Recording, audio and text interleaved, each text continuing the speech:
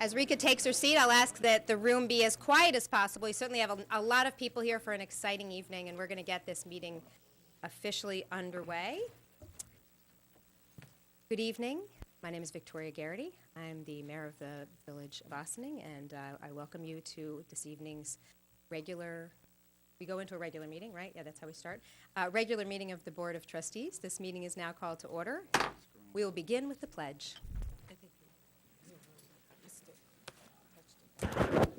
I pledge allegiance to the flag of the United States of America, to the republic which stands one nation, under God, indivisible, with liberty and justice for all.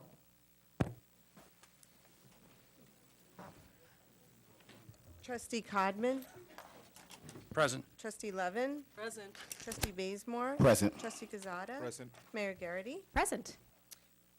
We'll begin with the swearing in of the police officers. Yes, so we need to we need to jump to the resolutions where we approve their, which I believe is resolutions C, D, and E. We usually pass those first and then go into the swearing in.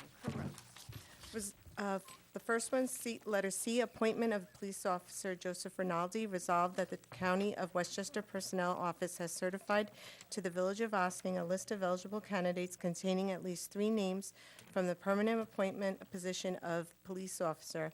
And whereas Joseph A. Rinaldi is ranked on the aforesaid list of eligible candidates, now therefore be it resolved that the Board of Trustees of the Village of Ossining, pursuant to the applicable provision of the Civil Service Law and unconsolidated laws of New York State, hereby appoints Joseph A. Rinaldi to the position of probationary police officer in the Village of Ossining Police Department effective August 1st, 2016, contingent upon satisfactory completion of pre-employment screenings, background investigation, medical examination, and approval by Westchester County Department of Human Resources at the annual salary of $50,969.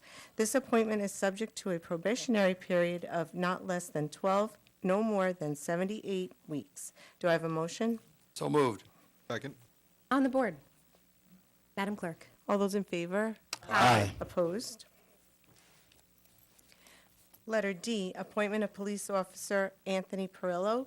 Resolved that the County of Westchester Personnel Office has certified to the Village of Ossining a list of eligible candidates containing at least 3 names from the permanent appointment position of police officer. And whereas Anthony Perillo is ranked on the aforesaid list of eligible candidates, now therefore be it resolved that the Board of Trustees of the Village of Ossining, pursuant to the applicable provisions of the Civil Service Law and the unconsolidated laws of New York State, hereby appoints Anthony Perillo to the position of probationary police officer in the Village of Ossining Police Department effective August 1st, 2016, contingent upon satisfactory completion of pre-employment screenings, background investigation, medical examination, and approvals by Westchester County Department of Human Resources at an annual salary of $50,969.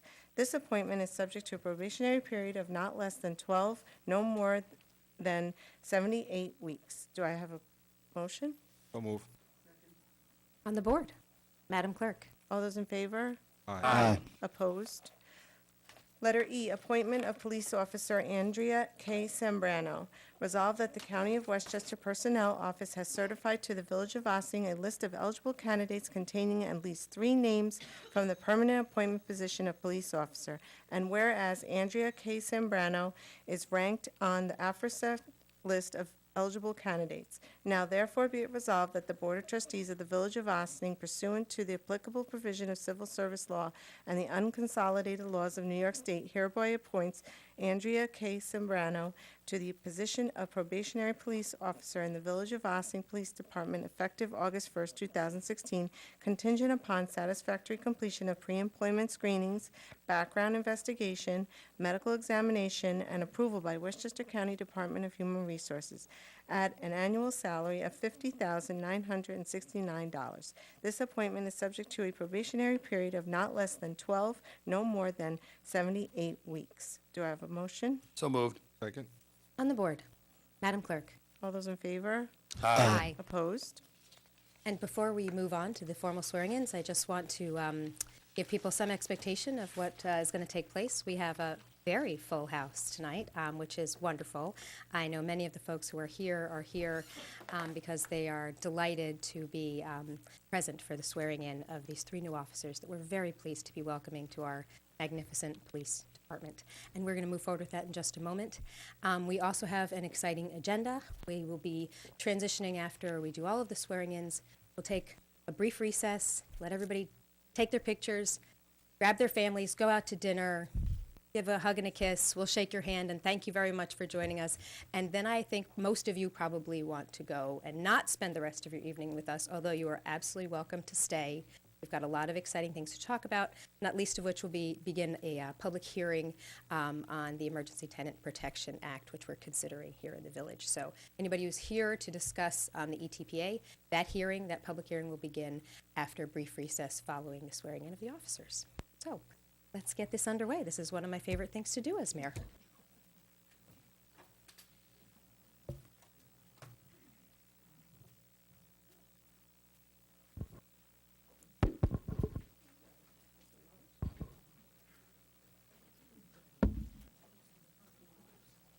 Tell me where to stand.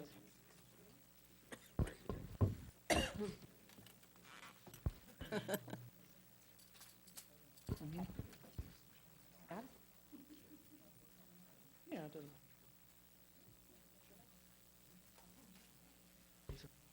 Sure.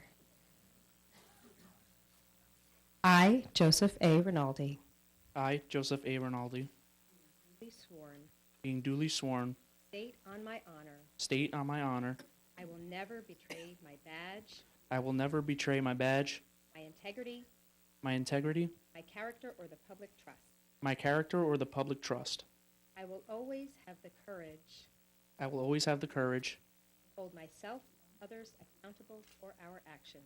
to hold myself and others accountable for our actions. Further, that I am a resident of the state of New York, Further, that I am a resident of the state of New York, and I will support the Constitution of the United States of America and I will support the Constitution of the United States of America and the state of New York. and the state of New York. I will obey all the ordinances, I will obey all the ordinances, rules, and regulations of the Village of Ossining, rules, and regulations of the Village of Ossining, and will faithfully discharge the duty of the office of police officer and will faithfully discharge the duties of the office of police officer in and for the said Village of Ossining, New York, and in and for the said Village of Ossining, New York, to the best of my ability. to the best of my ability. So help me God. So help me God.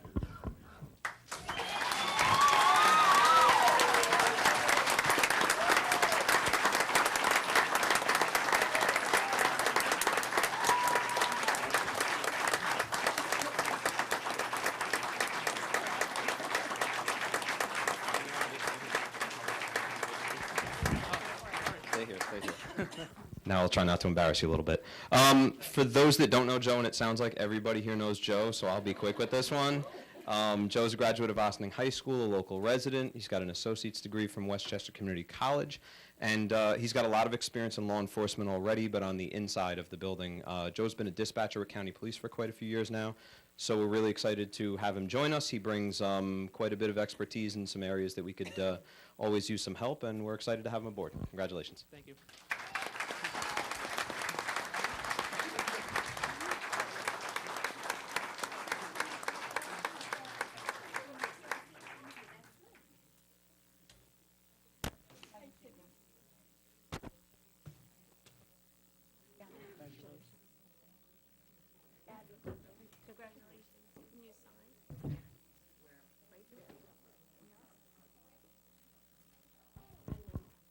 And next, we will be welcoming up Anthony Perillo.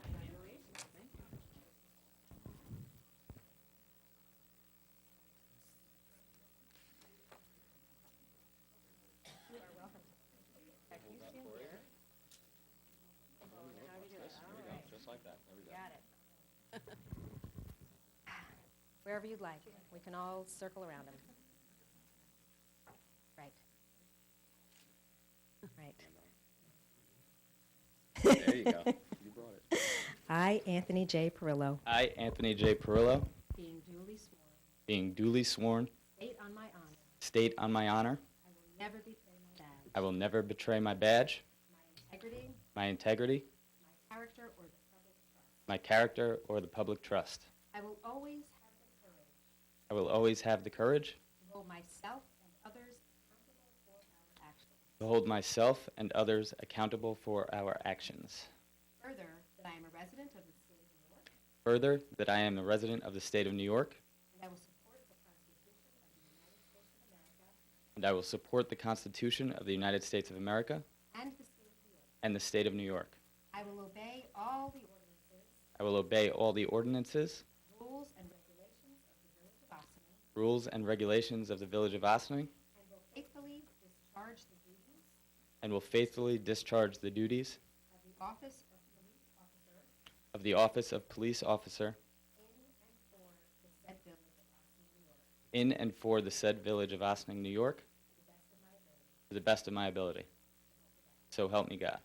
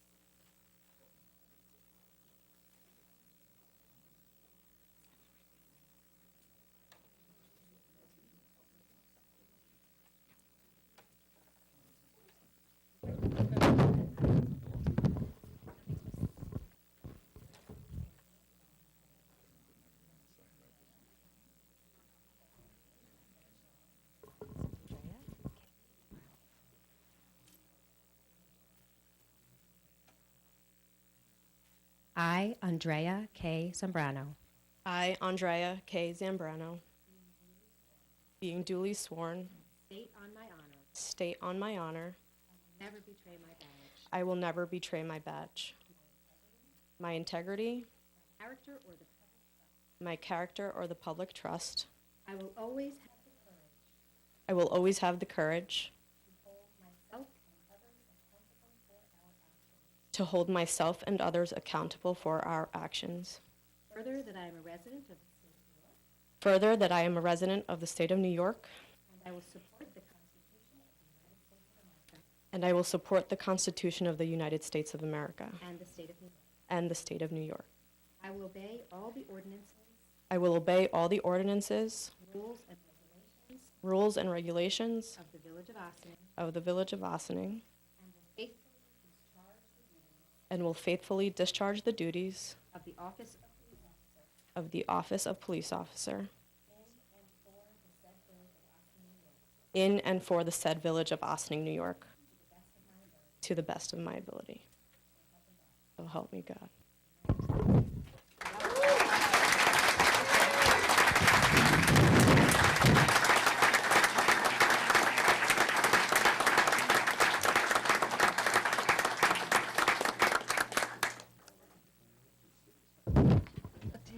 We did. All right, so we skipped a step. We're going to go back to Anthony for just a minute. Sounds like most people here know Anthony, too. Anthony's a graduate of Ossining High School. He's got a long history of service to the village as a member of the Ossining Fire Department, and his most useful skill for us, Anthony brews beer for Captain Lawrence. So you can all guess how he got the job. We're excited about that.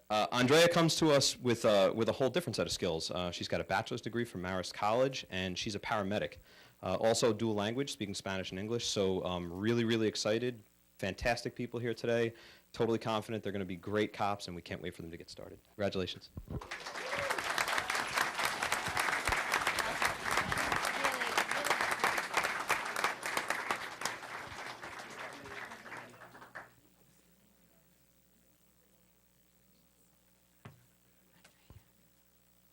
Tom? You good, Chief?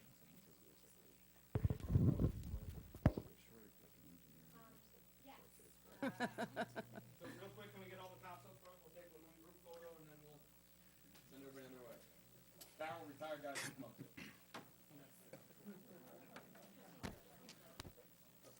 Do we just stand back here? Probably the best way to get in the picture.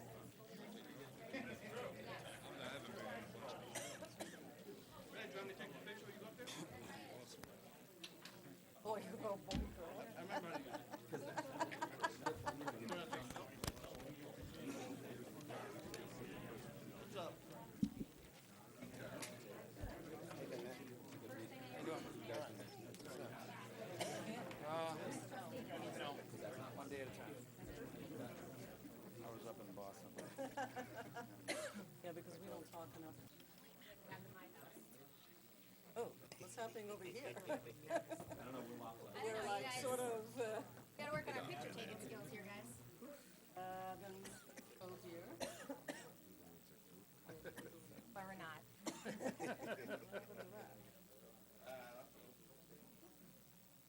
This is a weird picture. Yeah. Yeah. He's taking a picture of that No center. concept of.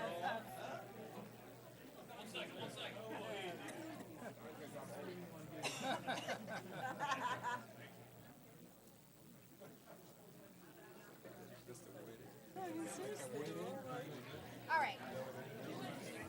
Thank you very much. Good to see you all. Thank you all for last Friday night. Everyone was there. It is very hot. Too many people. Yeah, I know. I'm happy to be here. Good to see you. Hey, Chief, how are you? How's it going? Joe's doing great this time. Joe, I got asked a historic question. I was at a dinner party Monday night.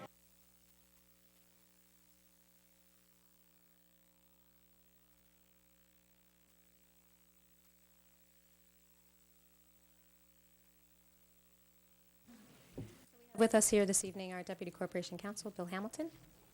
We're going to have the public hearing get underway in just a moment. Before we open it up to comments from the public, Bill, did you want to fill us in on anything about the legal procedure? Well, at this stage, we're at the public hearing, or do you want to, do you mean the act itself? If you would like to shed a brief light on the act itself, that might be a helpful background for folks. I'll try to keep it less than 90 seconds. The concept behind the Emergency Tenant Protection Act is to, in situations where available units are, where the percentage of available units falls below a certain percent, which is typically 5%.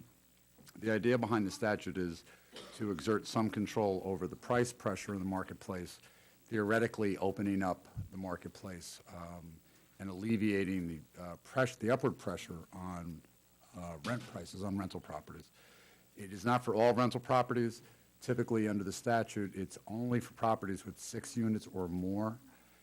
There are date restrictions as to when the properties came online as far as their availability as rental units. 1973, 1974, I don't know the exact month. It's okay. I think it's November of 73, post-November 73, which would make it 74 for our purposes. So not every property is, falls under the jurisdiction of the statute.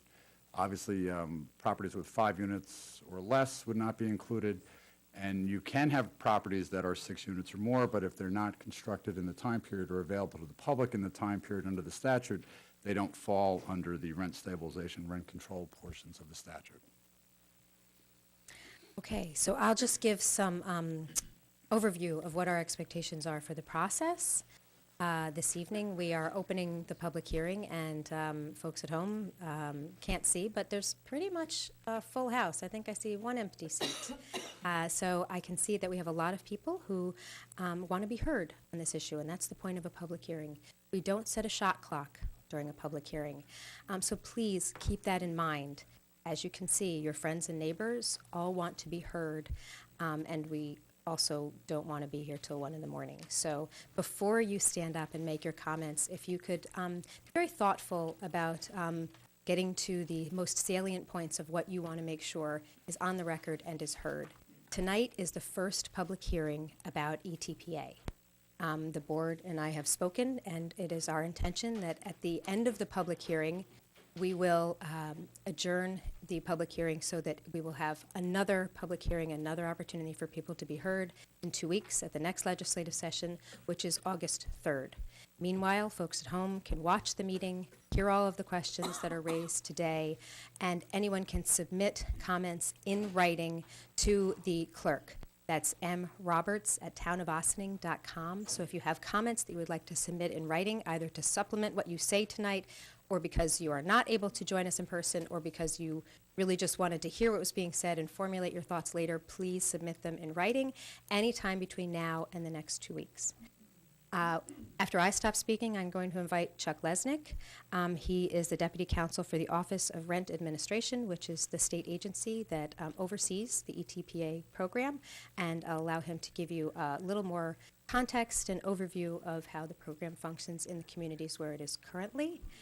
And after we have the public hearing and folks have an opportunity to speak, we will adjourn into a work session so that any of the questions and concerns that we're hearing from the public, as well as questions and concerns that the board members have, might be addressed by Chuck, as well as some colleagues that he has with him to tell us about the process that we're under right now and about the program generally. During the public hearing, it's not a forum where we want to do a lot of dialogue and back and forth, so please just use your time to make sure that we understand what your questions are and concerns are. The point of this is an education for all of us on the board who are considering this, and all of the community. It's our goal to be as informed as possible, to make a well-informed decision in the best interest of the whole community. And so we're grateful that so many people share our goals of providing safe housing for everyone in our community. This is one potential tool to help us do that, and we need to understand if it makes sense for our community, and if so, in what form. So thank you all for coming tonight, and I thank you in advance for your respect for all of your fellow community members who would like to be heard after you as you make your statements as direct and concise as possible. With that, Mr. Lesnick, please join us and give a little overview and provide us with some context about ETPA. Thank you, Mayor, and I'll try to be brief. There have been rent control in New York State probably since the 1920s, and during World War II, there was federal rent control to prevent price gouging during World War II because of the limited supply of housing. In 1947, in New York City and in municipalities across the state, that was extended to rent control. And from 47 through the 60s, 71, there were various legislative changes resulting in 1974, the Emergency Tenant Protection Act being passed. At that time, it was a new enabling legislation, and it set up rent guideline boards, not only in the city of New York, but in Westchester, Rockland, and Nassau County. And each of those boards are appointed by the boards of legislators, and they consist of 2 landlord reps, 2 tenant reps, 5 public reps. They meet throughout the year, but mostly have public hearings in June and set the rent guideline increase.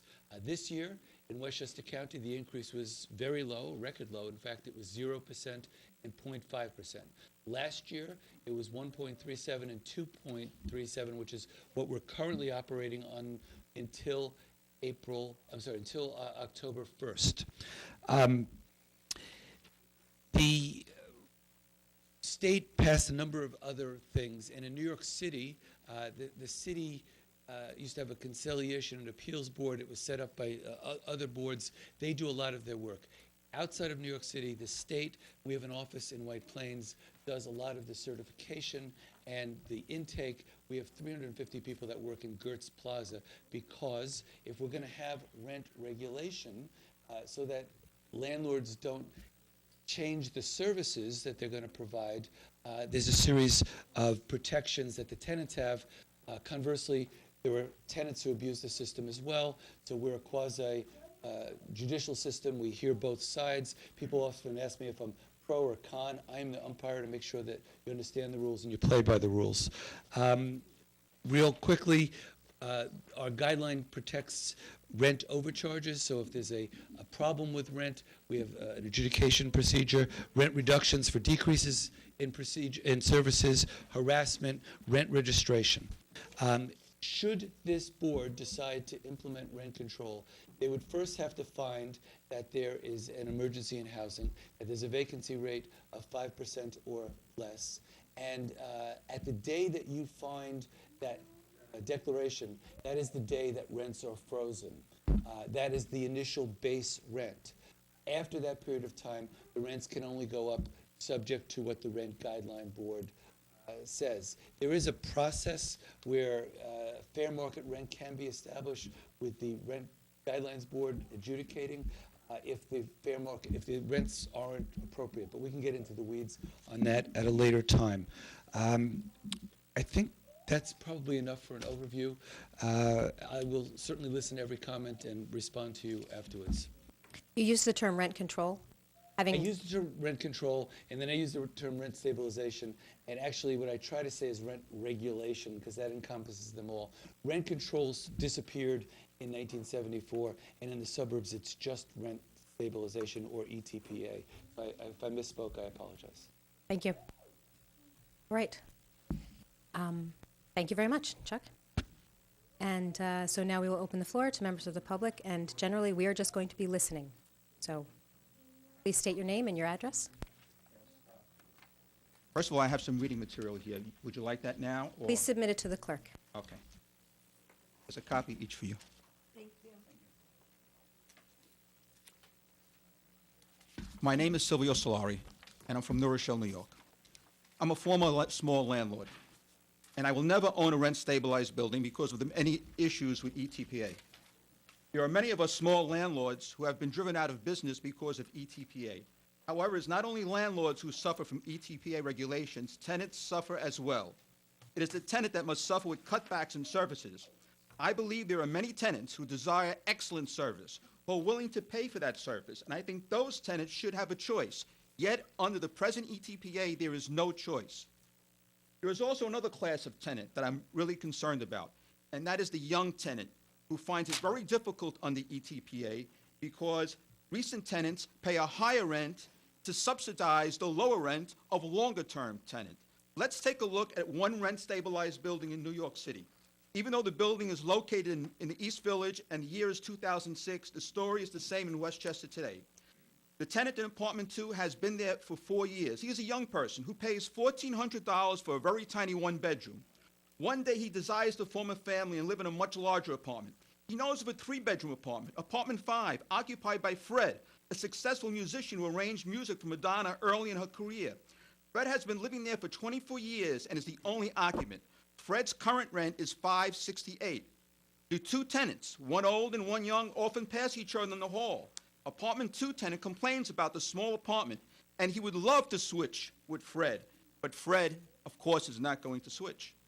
There is also another apartment in that building, which is a 4-bedroom apartment, occupied by just one tenant for 19 years. He only pays $875. In the beginning, he had 5 people living in the apartment, but now he can afford it himself, and he has occupied the apartment entirely himself. Our young tenant would love to move into that apartment, but he can't because he's subsidizing that tenant's rent.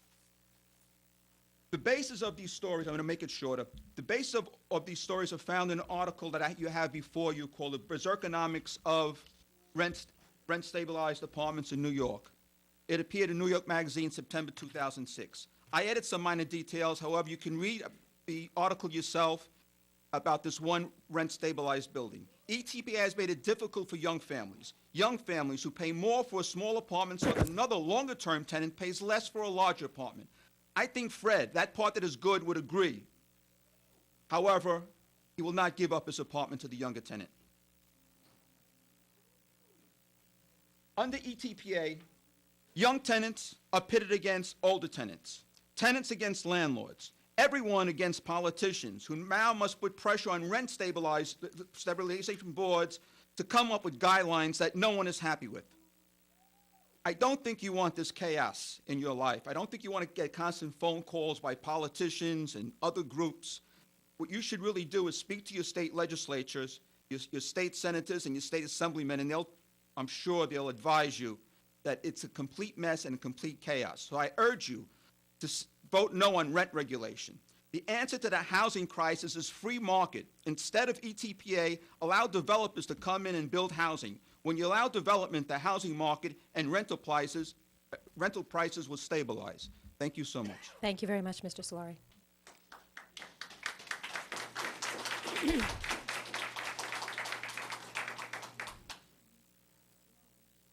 Muy buenas noches. Good evening. Could you Mi tell nombre us? es Félix Barahona. My name is Felix Barahona. Vengo representando a la corporación Voces Latinas. I come here representing Community Voices Heard. Venimos en un acto de presencia para que no suba más la renta. We are here because we want more regulation of our rents. Tuve una situación en que vivía en Monquisco y tuve que dejar prácticamente todo, amigos, tiendas que frecuentaba, personas allegadas a uno, porque la renta estaba muy cara, vivíamos con 10 personas.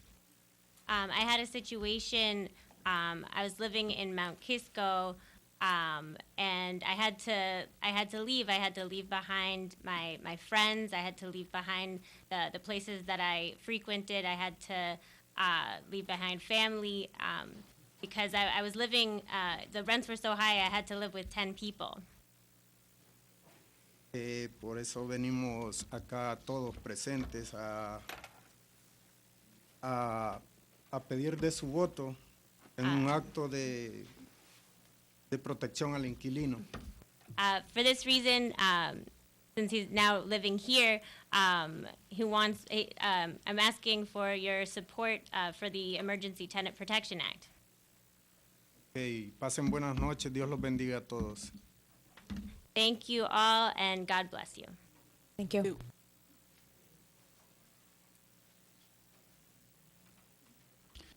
Madam Mayor, members of the board, thank you for holding this public hearing.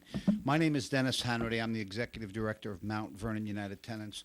It's the only funded and staffed tenant association in Westchester, so we have a real familiarity with the Emergency Tenant Protection Act and the good that it does. So I'm obviously requesting you guys pass this in its fullest extent. Just a clarification on some of Chuck's point, or at least one Chuck's point. He mentioned 1974 about rent control. Rent control was actually abolished in 1971. And the rent stabilization law in New York City, ETPA in Rockland, Westchester, and Nassau was adopted in '74 as a result of incredible rent gouging. So for the former landlords thing about let the market, we've seen what happens when the market does it. It causes incredible chaos. That's the chaos when we have a free market, because it's not a market. A market requires a supply and demand. And as was said by Chuck before, to adopt this law, you have to declare it as a housing emergency. And that's what it's, a housing emergency, and it requires emergency action by the local elected board. And that's what this law is. It's an emergency law, the ETPA, the Emergency Tenant Protection Act. Most everybody agrees here in Westchester, probably our most intractable problem is the provision of affordable housing. Everybody's struggling with that. Now, there's also thing, can we develop housing like was talked before? Development, especially affordable housing, is a very, very slow process. We have a lot of not-for-profit groups that are doing some development of affordable housing. Very slow process. Sometimes it takes 3, 4, 5 years to develop 5 units. What good is that if we develop those few units if at the same time we're losing hundreds of units on the other end that aren't protected? So that's what this law does. It protects, on some level, the affordability of the current housing stock. So as opposed to development, not as opposed to, but we have to combine the two, development plus preservation. Now, what does rent regulation do? As Chuck said, it limits rent increases. But most importantly, it provides tenure for tenants. Tenants must be provided leases, and those leases must be renewed unless the tenant is doing some kind of violation. If you don't have that, tenants don't have to have leases. They could be month-to-month tenants. My agency, we run a homelessness prevention program in addition to the other work we do, and I can tell you the incredible stress people are under when they don't have leases, when they live in unregulated housing, because they have a 30-day rental agreement. They may be paying $1,000 one month. They get a notice the next month their rent's going up to $1,600. Perfectly legal. Nothing they can do about it. Happens all the time. I deal with people in stressful situations day in, day out. It's tough to explain to people who haven't been there what it's like when people are in threat of losing their homes. I say housing insecurity underlies all other economic security issues.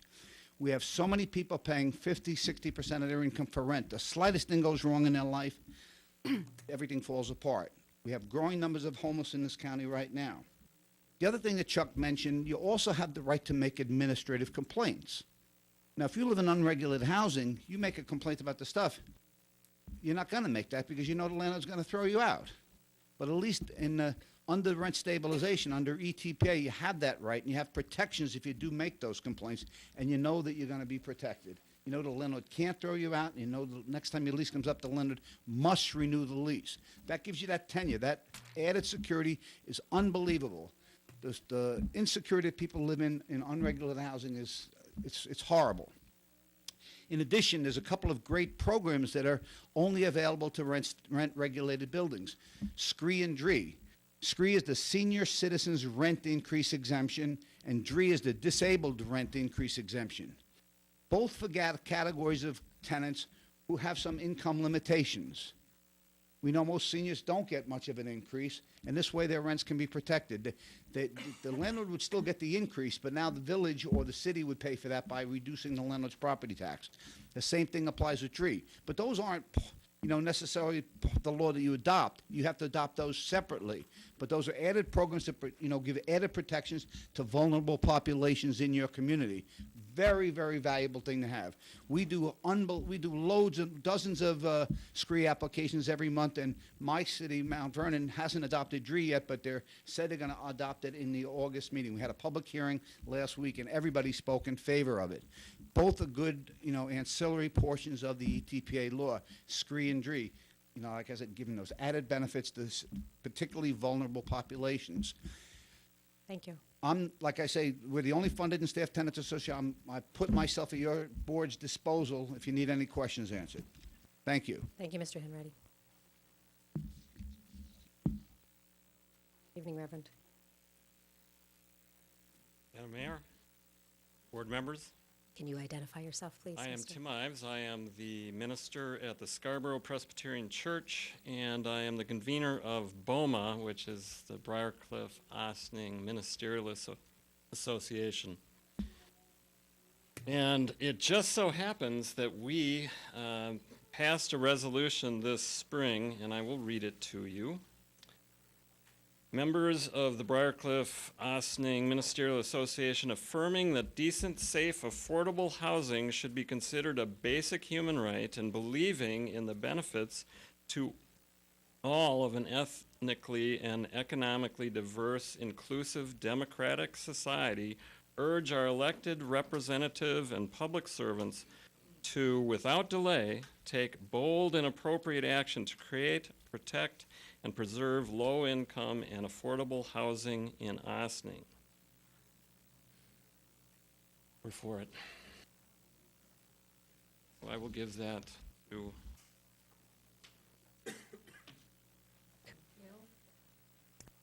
Thank you. Thank you very much. Oh, thank you.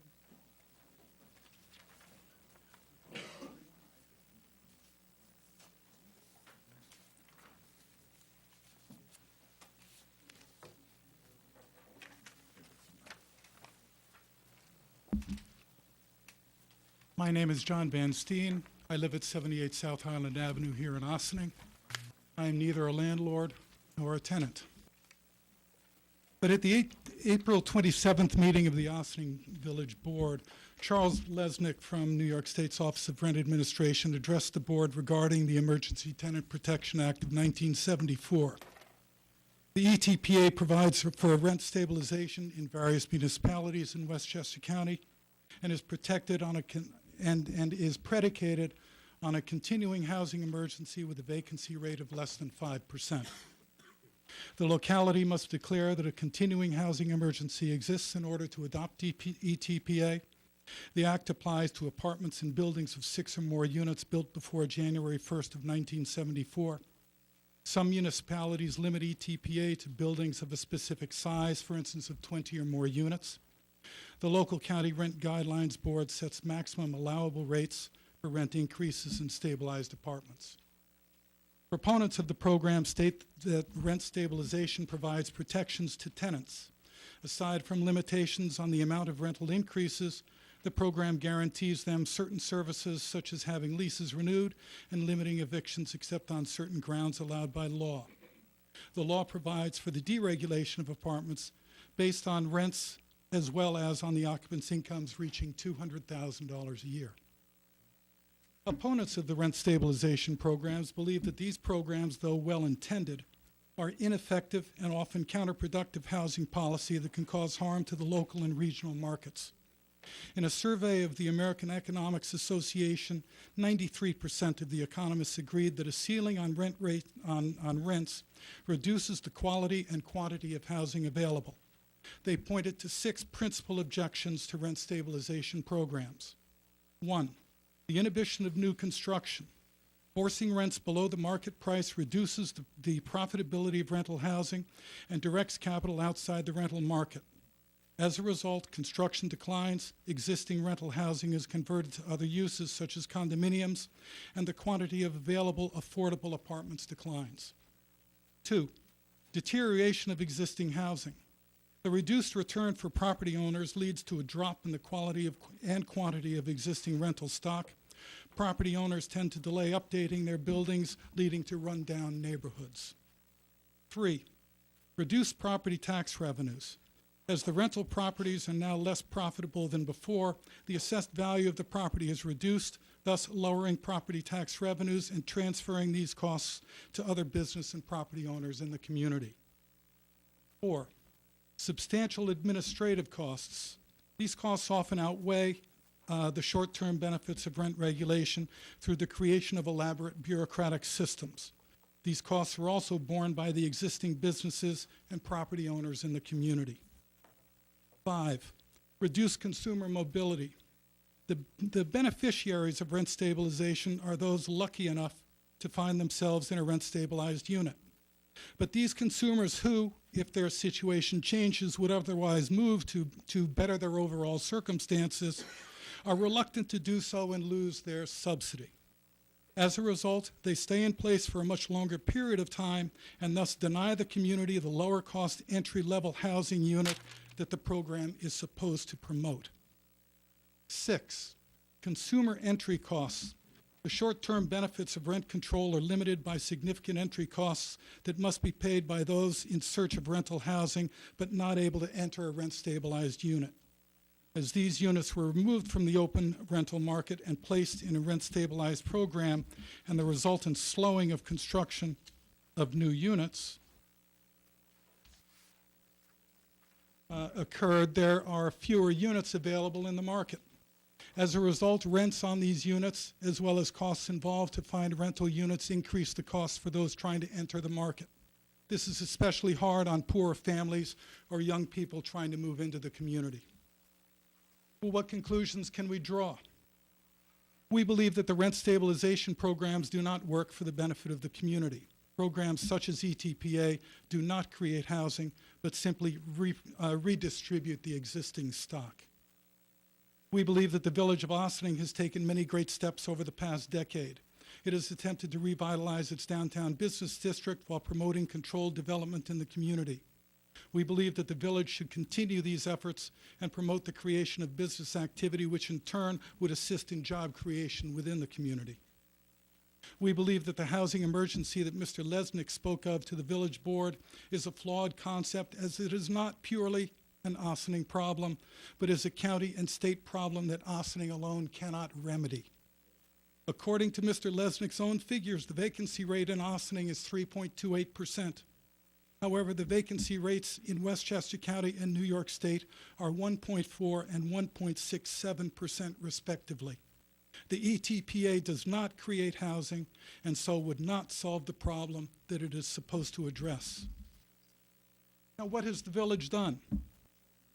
We believe that there are effective alternatives to rent control that the Village of Ossining has already initiated and that should be promoted by the village board rather than compromised with the introduction of the ETA program.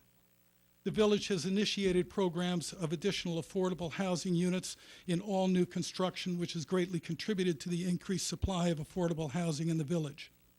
Lynn Brooks, Ossining's Director of Planning and Development, stated that Ossining's 850 affordable housing units and the 26 recently created under the control of the village for its 30,000 population puts it ahead of all other communities in the county in the development of affordable housing for its citizens.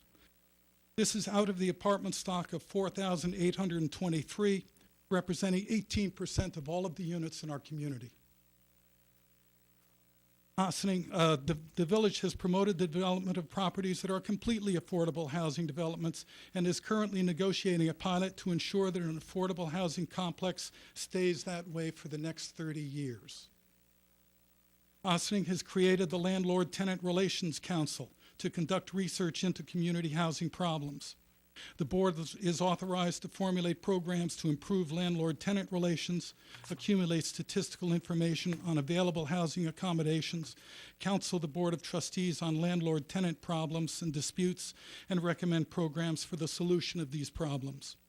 Most importantly, it has the authority to resolve problems and disputes between landlords and tenants through mediation and discussion at meetings of the council. Well, what can the village do? We believe that the village board should promote an inclusive village that is not one that creates a privileged group. According to our village planner, as discussed at the April 27th board meeting, Ossining is currently one of the most affordable communities in Westchester County. Introduction of ETPA would not help Ossining become more affordable, but would jeopardize the community's affordability. We believe that the village of Ossining needs to be able to make intelligent choices to address the downtown and development needs of the community, and that it should not be done in a scattershot manner.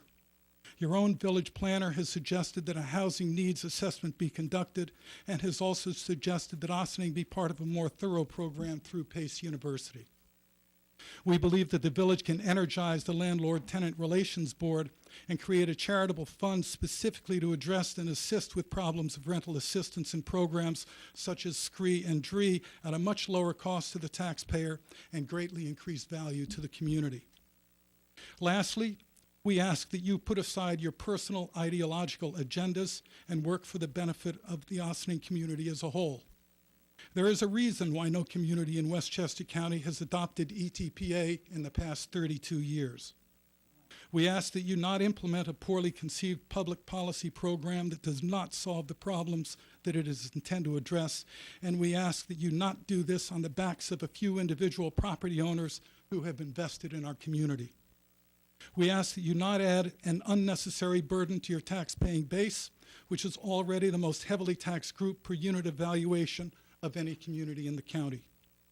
And we ask that you work for the betterment of the community and create an action plan that is based on complete information and informed study that addresses all the needs of the community, not just a single group. We ask that you say no to ETPA.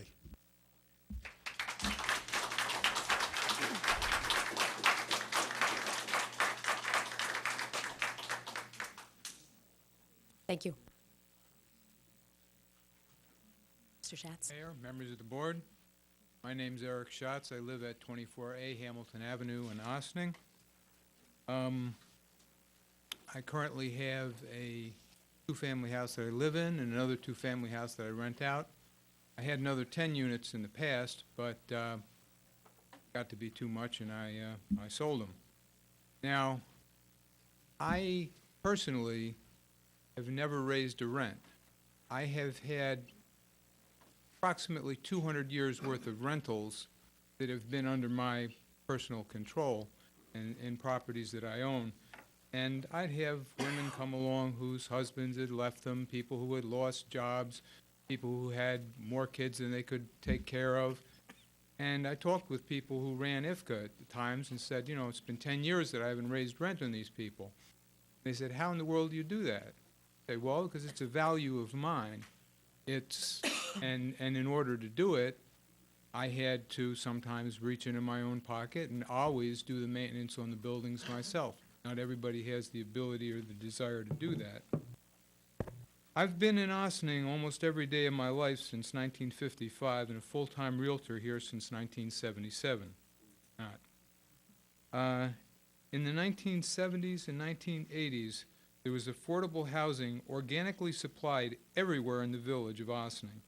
I used to see apartments rent out for $200 and $250 a month. I would ask the owners how come they rented their apartment for half the going rate.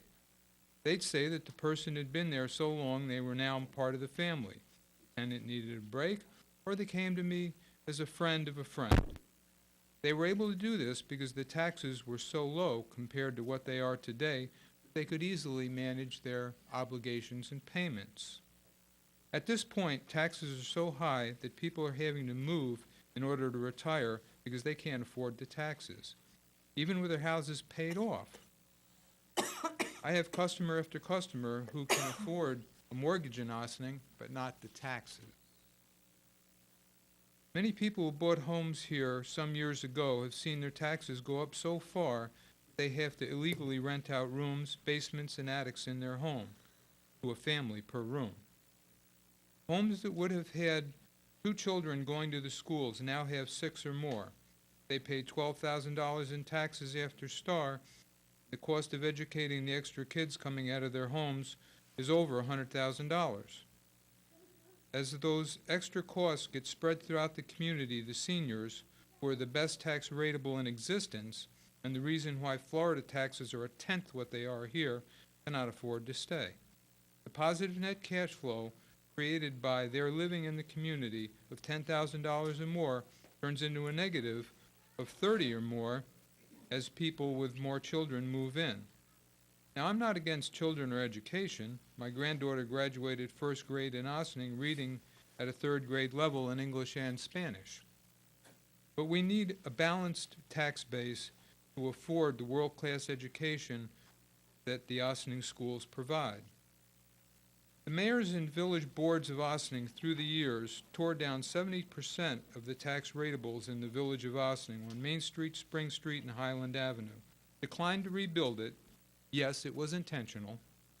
I was here, talked to them, and worked with the state to make Highland Avenue a highway to get the cars through Ossining as quickly as possible and away from our stores and village. We had everything that Tarrytown or Peekskill has in Ossining, from a theater to store after store operated by Ossining residents, often 2nd and 3rd generation people. The traffic pattern was set up through what was the left of the central village, and it was sent to the train station and then sent around the village on the way back from the train, so that when commuters could stop and patronize a local business, they were sent on their way around the village. The list of mistakes that decimated Ossining and emanated from the Ossining government goes on and on. The New York State government met with the Jericho Committee from Ossining to discuss their favorable attitude towards closing Sing Sing. Declined to do it when they found the Ossining Village Board did not support it. Why? Because board members knew deli operators who had a portion of their business coming from food sales to guards. I beseech you not to follow the actions of your predecessors, which led us to this place we are with the taxes, and it's a slow-motion train wreck. And in this case, not to vote in the ETPA for Ossining, further eroding our tax base and making housing even more and more unaffordable for the people in the middle, seniors and those who have to rent out rooms in order to pay the taxes. As a realtor, I see properties for sale in various communities. Those that are at market are kept well. Those that are rent-stabilized units are a mess.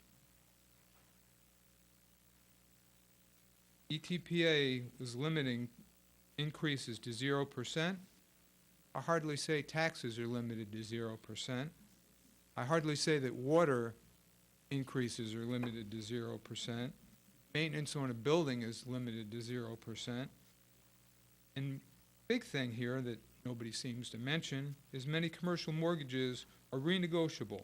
When a building's income is reduced and their expenses are increased and the place cannot be maintained properly, sounds like a train wreck to me from when they have to renegotiate their mortgage. In Ossining, it's been no emergency, no disaster, as our neighbor from Mount Kisco tried to indicate was inevitable. We've been doing it. It's working. There's a perception that there isn't enough housing, and you can talk to the people at Section 8, they'll go, oh yes, we're having a hard time placing people. Well, no kidding. You have to vacate an apartment, then you have to do the work, then it has to be re-inspected. You're guaranteed 1 or 2 months of vacancy, guaranteed to rent to a Section 8 person. And I have one person after another who says to me, I'm not going to work with Section 8 because they just come up with the most ridiculous stuff that you have to do around the place. And I had some of that myself. Stain on the ceiling. Inspector says, oh, get the place tested for mold. In wet basements, you don't have mold on the ceilings. It was a stain from a leak. Said, how could you have done that to me? I had to spend $600 for a test like that. How could you have done that to me? Oh, I smelled it. Dirty clothes on the floor, pardon me. And the list of things like that goes on and on. So, yeah, Section 8 is going to have a hard time, thus it's administered different. That's possible, can be done. Thank you. Thank you very much, Mr. Schatz. Just one moment. I just want to comment. Everyone is being very thoughtful in your comments, and many of you have prepared your statements and your remarks, and you've often provided us with copies of it, which is very helpful. Thank you. And I would ask, I see that we have at least 10 people who are lined up to speak, and I would hazard a guess that there are some folks who haven't even lined up yet that would also like to speak. So as you come to the microphone, we do not have a shot clock for this. You are able to say your piece, but we really do want to be able to hear from everyone. So please be mindful of the fact that there are 10 or 20 people after you that we're going to be hearing from, and we really want to be able to listen to all of you. So thank you, sir. Madam Mayor, trustees, my name is Gene DiResta.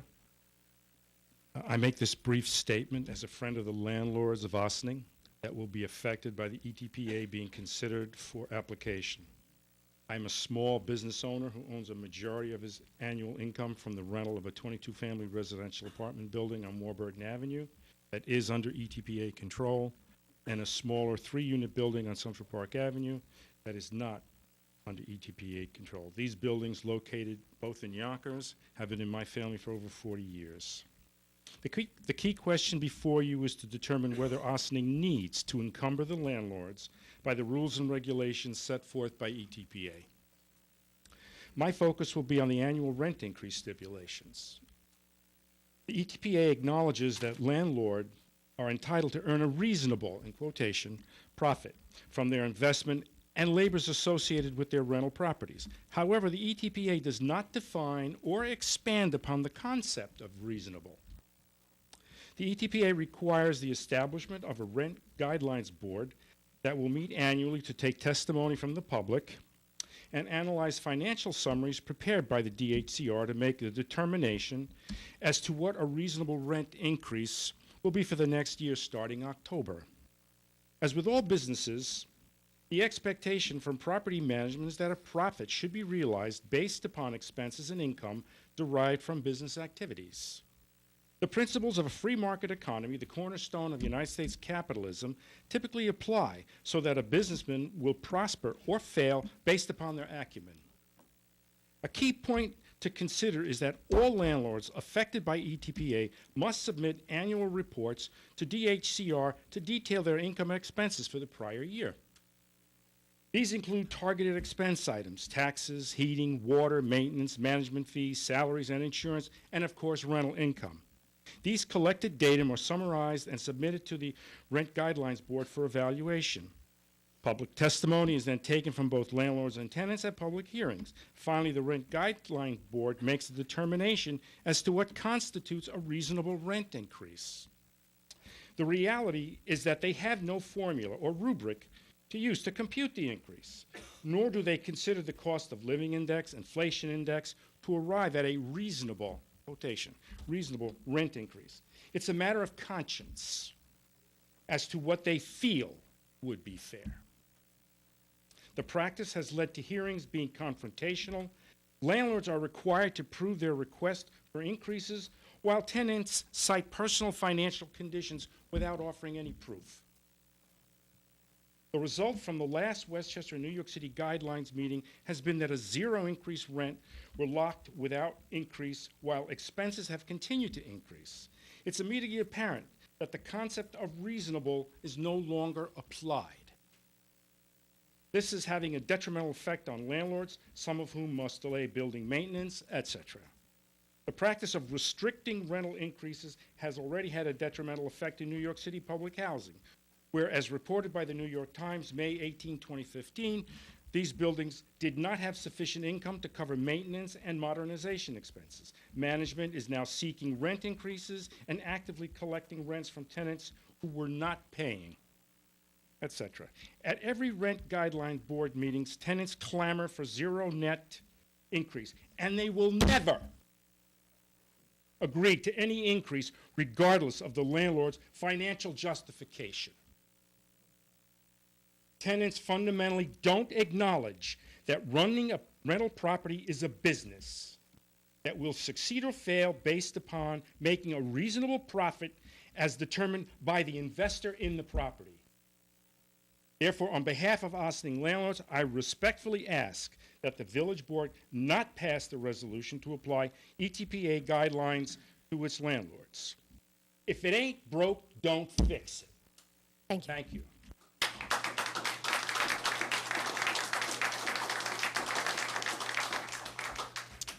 Peggy Wunderlich. I live at 8 North Water Street in Ossining, and I'm a local realtor.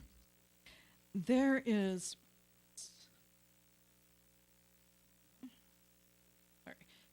a natural ebb and flow to rental prices. By continuing market rate rentals, you allow new people to come into and explore the village as a place to live. By initiating rent stabilization, you effectively remove those apartments from the market. It's rare that a tenant gives up a rent-stabilized apartment.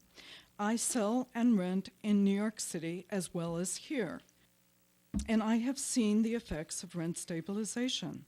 I have seen tenants inhibit their lifestyles by staying far too long in small spaces because they had a rent-stabilized apartment.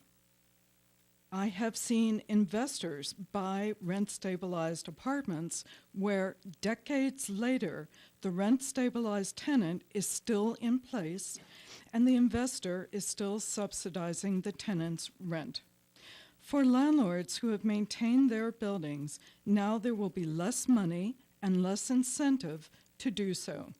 For landlords paying their tenants heating if there is a bad winter, the expenses will go up, but the money to cover those expenses will remain the same.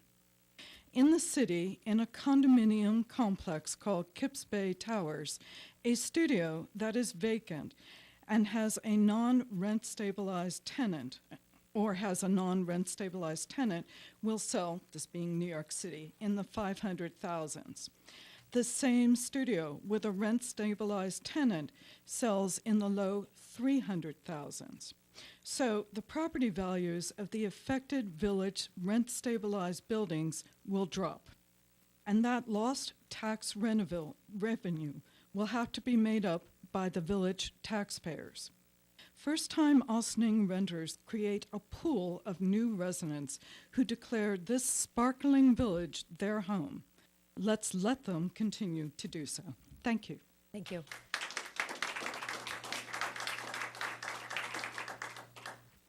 Hello, I'm Peter Johnson. I live at 65 Old Albany Post Road. And my mother was a real estate broker, and I've been involved with rental real estate since I was a teenager. I own a couple multifamily homes with my sister, and, you know, one primarily used to always make a little bit of money, so we'd have a little bit of extra each year. And now, whatever money that I'm getting because of taxes and everything, it really is just paying off principal on the mortgage. Like, I can't afford this. Like, I feel like if this stuff is passed, I'll sell everything.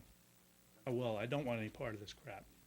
And I mean, I think about the people I've evicted over the years, and they've usually been people that haven't paid their rent. And, you know, I've worked with a lot of people that have had hard circumstances because I'm a normal person. But, I mean, some people are violent. Some people are dangerous. Some people do all sorts of things. That's why they get evicted. No one wants to evict anybody. You lose a lot of money. You have to pay for a lawyer. Now, here in Ossining, they get a free lawyer. We had someone that we evicted. The process took from May to November. The person brought bed bugs. The person wasn't paying rent. The person kept putting other people in the apartment and making it where we were in violation of the law when we asked that person to take these people out. They kept sneaking them back in. Like, landlords need some discretion. Most people are pretty decent. And as I said, this one tenant, she brought the rats, she brought the bed bugs. It affects every other tenant. Like, you need the ability to kick people out if they're not good. I would just say, you know, also, we kind of get what we can get for the rents. We can't get incredibly high rents. We're just trying to pay our bills. Maybe we'll get appreciation on the house. But I think the very high taxes are a serious factor. That's all I really have to say. Thank you.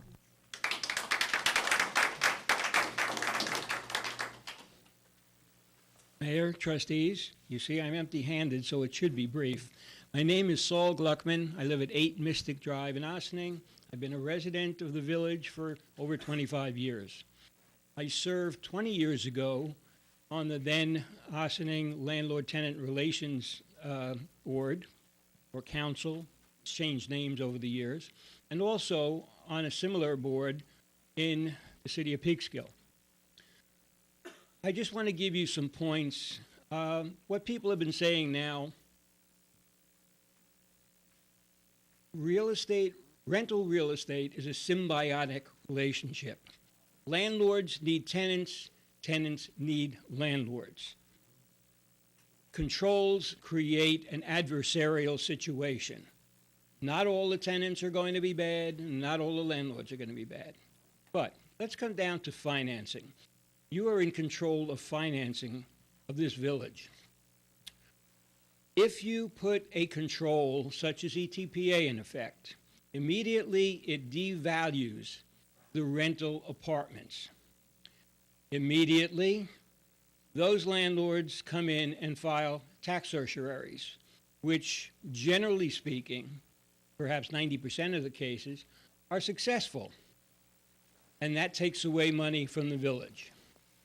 Also, not to be overlooked, co-ops and condos, by statute, are assessed as if they were rental property. And if you have now lowered your rental property base, you have now lowered the value of the co-ops and condos. Therefore, the same tax certiorari lawyers are going to come back in and file for reductions there and generally be successful. So now you've taken money out of all rental and co-op and condo areas. And if you still have the same budget and you just added 3 policemen on, thank you, you now have to pay for these things. Who is going to pay for it? Single-family homeowners must now pay for that burden along with business people in this community. I want to point out one thing. Yes, after 1974, properties are exempt. That's why Martin Ginsburg is building this great development down here for us. There are businesses going in there that will give us tax revenue. But if you're going to pass a tax burden onto those business owners, you're going to run into a situation where they will be reluctant to come in or unable to stay. I just want you to consider the domino effect of this and go back, look at the success of the voluntary counsel and guidelines that you've done in the past. I thank you for listening. Thank you. Good evening, Mayor, members of the board. My name is Jerry Gershner. I live at 42 Stonegate Road here in Ossining.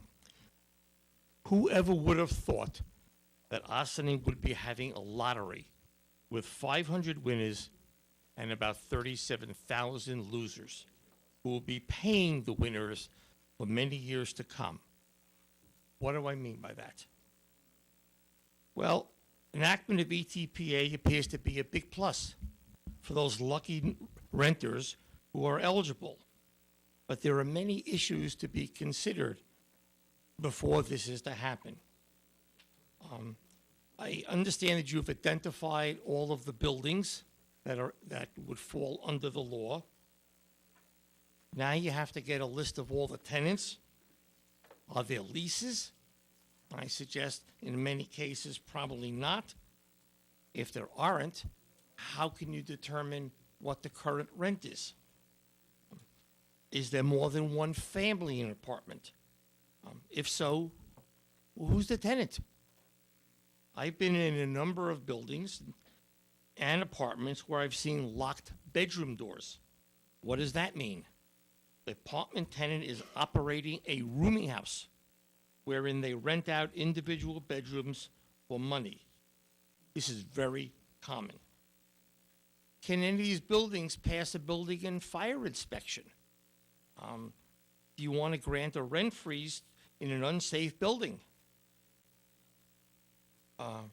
Where are you going to get all of this information? ETPA gives a blanket benefit to lottery winners lucky enough to be living in the right building at the time the law is enacted. But does the tenant actually need this benefit? Will the landlord's needs be taken into account? Will family income or assets be a qualifying condition? If there's more than one family in the apartment, how will the income and assets be calculated? Many other residents also might need this protection. How will the distinction between those who received those who received the lottery winnings separate from those who have not? Would homeowners want to obtain similar benefits for rising real estate taxes and utility costs? New York City gets sued every year by rent-stabilized property owners to contest the 0% increase. Is Ossining prepared to bear the cost of likely expensive litigation that does not benefit the village as a whole? I've been told that there is a very strong likelihood that this is going to happen. It's been stated that the vacancy rate in Ossining is 3.28%. Has anyone seen the actual survey data and tried to validate it?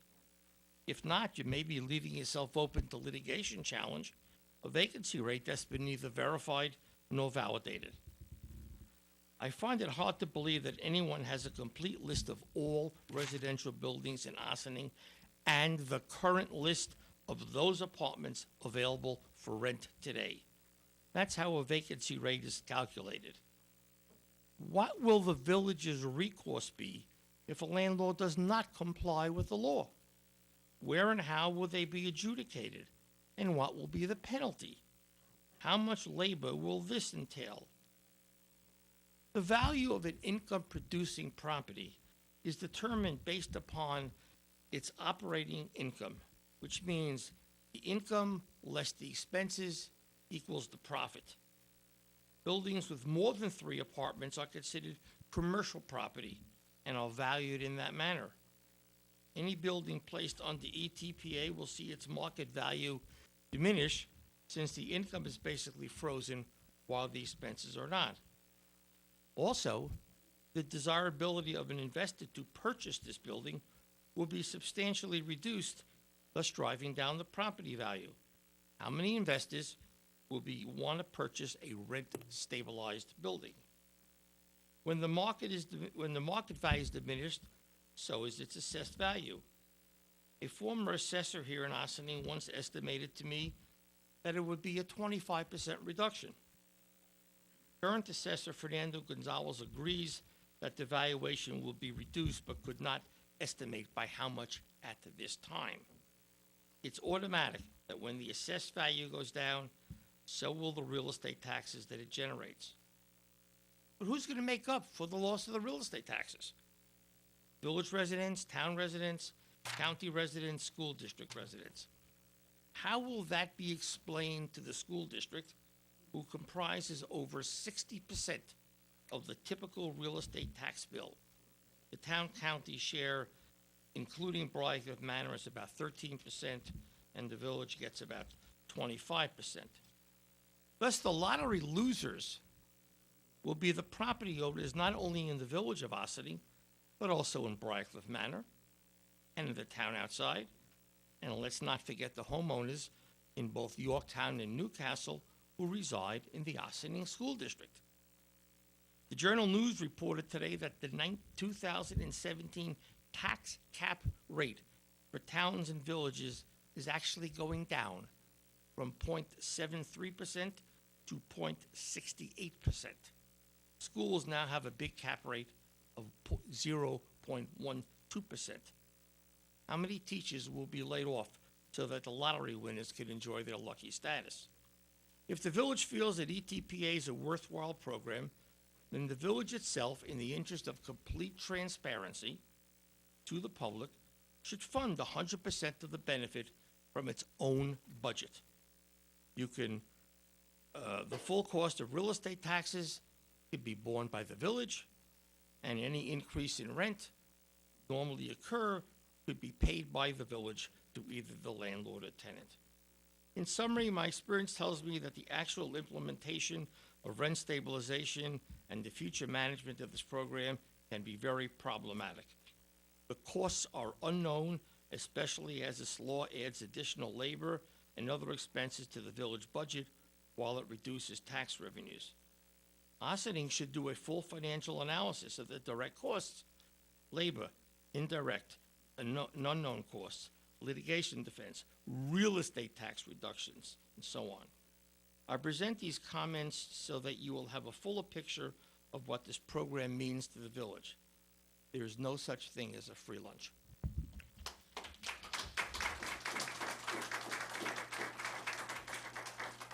Kaya, just hold on one second. Thank you very much, Mr. Gershner, and I will just reiterate that as we approach the 1 hour mark, there's been a lot of very compelling and interesting pieces of information shared with us, and I know that all of us on the board are seeking to take it all in and really make sense of it, and this is the beginning of the process. I would ask for everybody who is planning to make your statements, if you could think about, are there particular points that you would like to bring up that will contribute additional information for us to consider that may not already have been shared by your the folks who've already come up. 3 minutes is the recommended time by Bob Freeman in the Open Meetings Law, when you can really make sure that people are able to get their point across, and the public should be invited to speak. For public hearing, we do not have a shot clock. I'm not going to tell you when the 3 minutes is up, but I am timing folks, and we've got a lot of 7-minute presentations, so folks could really cut to the chase when possible. That would be helpful to everyone who is trying to make sense of this and waiting to speak behind you in the line. Thank you. I will try to be brief. Thank you. Welcome. Kaya Gam, 55 Walden Road. So, to me, it's not so much all the statistics that is being thrown around. I don't have any answers, but I do have a lot of questions. The real issue, what is the purpose of this? We have an enormously diverse population. We have newly minted immigrants who speak their own language better than this language we have here. We have people who have generations and generations and generations of connection to Ossining. We have renters, we have apartment owners, we have house owners. We are very diverse. My fear is that we are adding another layer of divisiveness by adopting this ETPA program. I am concerned about all the housing that we have here where there are less than 6 units. Now, if we choose to take ETPA into our arms, I know that there's going to be a lot of legal access to address issues in the buildings. But this is not going to happen for those buildings that have less than 6 units. So we're creating a division line here. I think it's super important to understand that statistics are manipulative. Not necessarily intentionally, but they are. If you look at some of the statistics between villages and municipalities who have adopted ETPA and those who have not, we have very varying vacancy rates. And sometimes when we look at that saying, wow, from 1.35 to 55, well, you have to look at a bigger picture. You have to look at how many units there really are. In Golden's Bridge, there's only less than 100. In Yonkers, we have more than 20 or 40,000 in that range. So we need to look very carefully at what we have here. I believe we need to look at the numbers.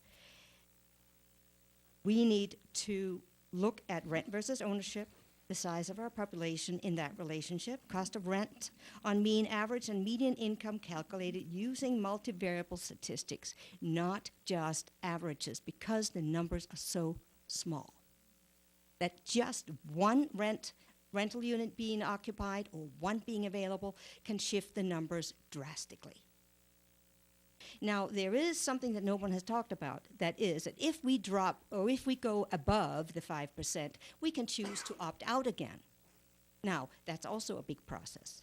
How frequently do we want, as a community, to evaluate our vacancy rate, to constantly be on top of whether we should stay or go? And that is one question that I have as well. My concern is for the entire village. My concern is for my workers who live in substandard conditions. Tiny apartments, we have no control. I can't go and knock on the landlord's door and say, this is not acceptable. He's paying too much. So I have no answers, I have only questions. Thank you.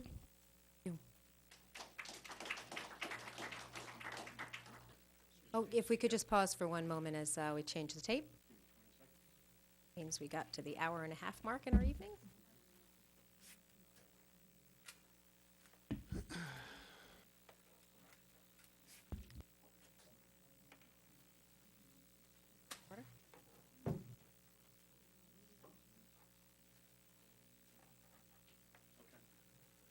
Okay, thank you. Welcome back. Hello, my name is Jim Hausman. I'm a principal of a company called Eagle Rock Advisors. My firm is the owner of over 330 units here in Ossining. I've come here today on very short notice. I only found out about this meeting a few hours ago. Wasn't readily available online, word spread. Ran up here as fast as we can to participate and for all of you to hear from the landlord's perspective on our investment. In only a few hours, we started taking a look at the EPTA and all the requirements that are involved with registering buildings and all that. And haphazardly, I was able to put together this book.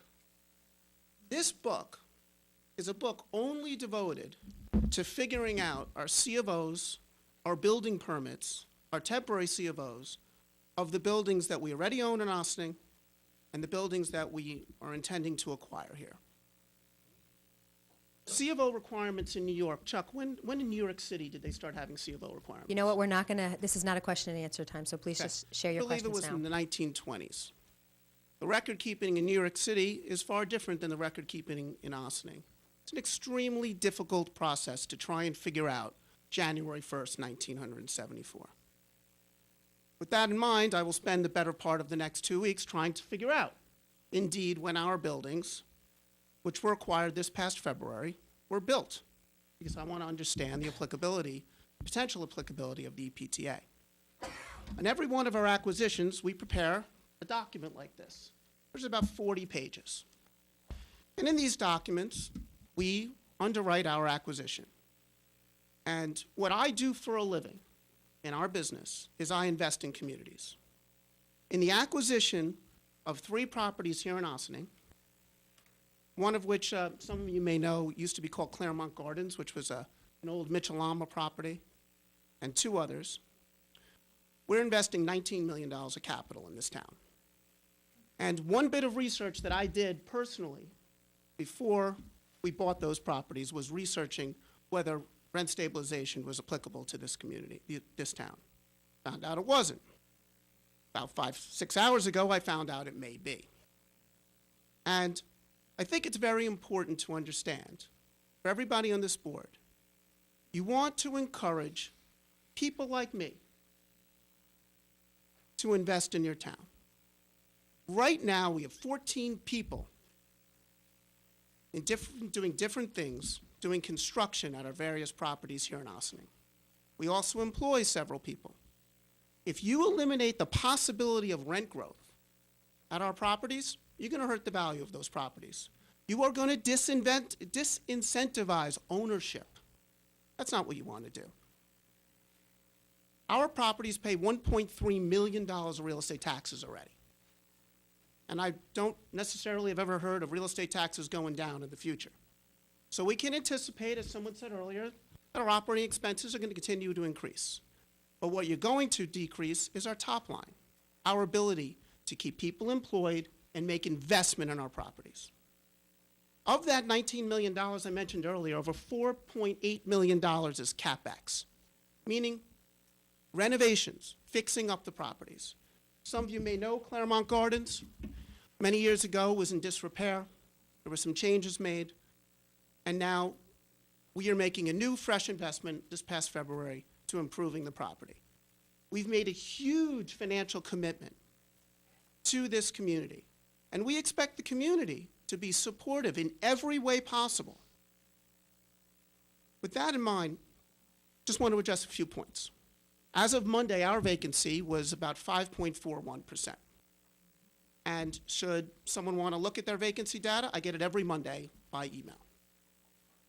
So we're slightly above the 5% threshold. When we buy properties, we do the old-fashioned thing. We actually go to the properties and look at every lease. We look at every credit report. We walk every apartment. And I'll give you just some interesting facts. It'll only take a moment.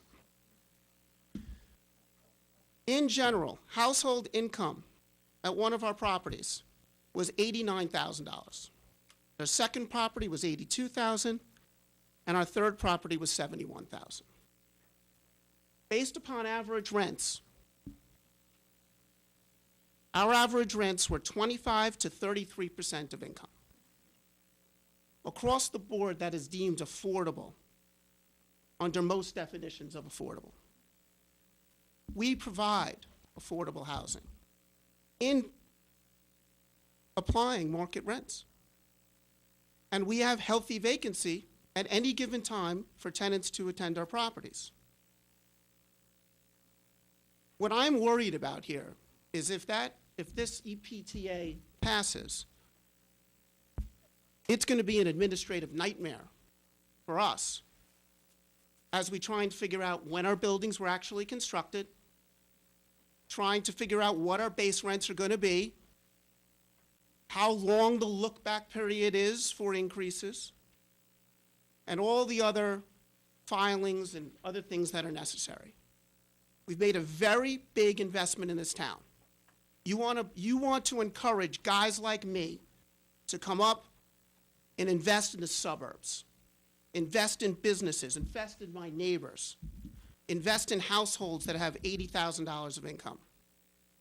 This is a step in the complete wrong direction because operating expenses are only going to go one way, and that's up.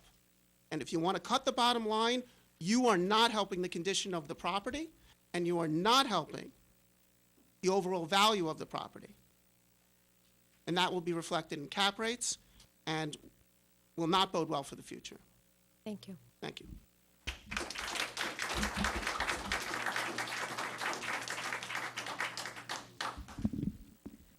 Hi, I'm Karen DeTore, 5 Knollwood Drive in Ossining. I came here ideologically supportive of any measure that would stop the exploitation of low-income people in our community. Listening to this dialogue, I want to thank the board and I want to thank everyone here for very thoughtful, very conscientious remarks on both sides.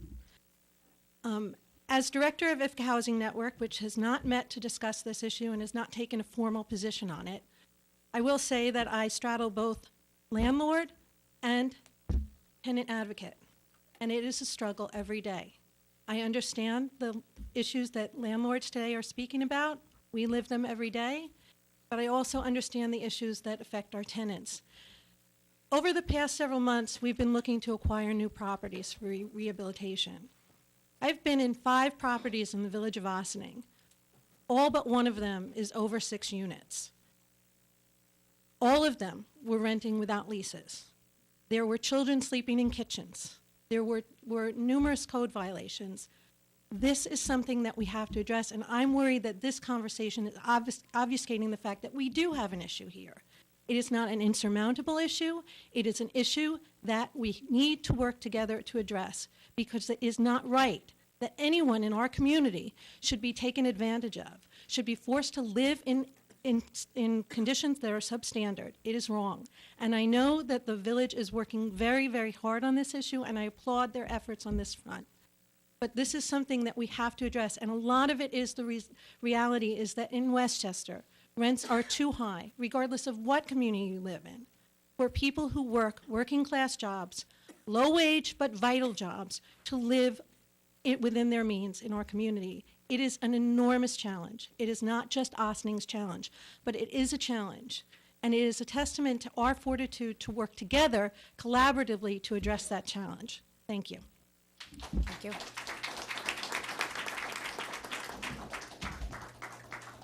Good evening, Board. My name is Stephen Dewey. I'm a local attorney here in town. And I have the privilege to represent both the landlord and the tenant. I've heard a lot of speaks tonight, people that aren't even from our area. But you are looking at my home Thursday nights, right here.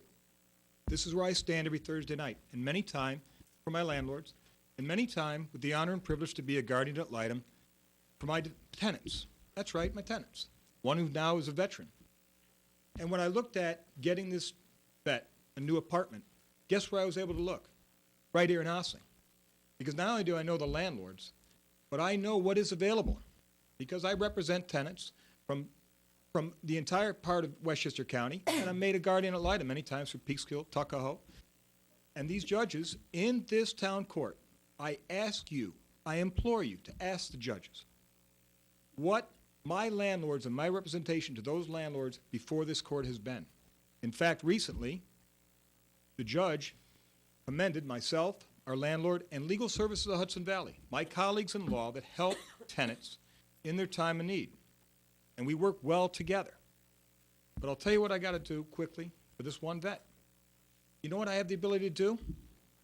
As the attorney, I got to defend him and protect him, but I get the opportunity to negotiate. I've got a veteran right now. We're talking maybe 1%. Let's say this ETPA gives you a 1% increase, which I think they gave them 0% last year.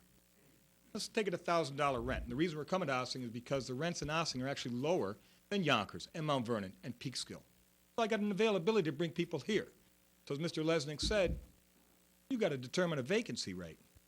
What emergency do you have right now? Not here in Ossining, but I'm bringing tenants here. So with this one guy, let's say the board gave my landlord 1%. $20, $1,000 rent is 20, but let's make it 1%, $10, right? My vet, he needs that $10 on his limited income because he can't afford the $10 cobay down at the CVS. So I'll negotiate with that landlord, maybe 6 months. Give me 6 months, no rent increase. Come September, we're going to double it up to 20 and make you whole the rest of the year. Now, I can't do that. You take away the tenant's right to negotiate. When has the government ever instilled a program that actually worked to protect the citizen it was designed to do? Never. Don't take away my tenant's right to negotiate. I get the ability to work with the landlord at all times. And I get the ability to work with the landlord when I tell the landlord, look, this tenant needs an additional month to move out. Let's give them the month to move out. And it creates a great representation of the landlords, especially here in Ossining, with the legal services of the Hudson Valley, with colleagues of mine that appear here every Thursday night. I stand right at that rail. For my tenant, I stand right at that rail for my landlord. I don't know where many of you folks are from. It may not be from our village, so I thank you very much. My veterans, we fought for that flag for you to come up here and speak. But I want you to speak for the village of Ossining. I don't care, no offense, I don't care about you are in Yonkers or Mount Vernon or White Plains. If you like the ETPA, stay in your communities. Don't bring it here. Give my tenant the ability to work with the landlord in their time of need. My persons with disabilities, my senior citizens, my veterans. They deserve it. These folks, my seniors, have lived all their life. They need a break. My veterans have defended this nation. They may need a break one day. And I can do that without the imposition of some governmental, some governmental do-good. Please don't take it away from my tenants. I thank you again for your time. I thank you for all the services that you do for our community. Good evening. Thank you.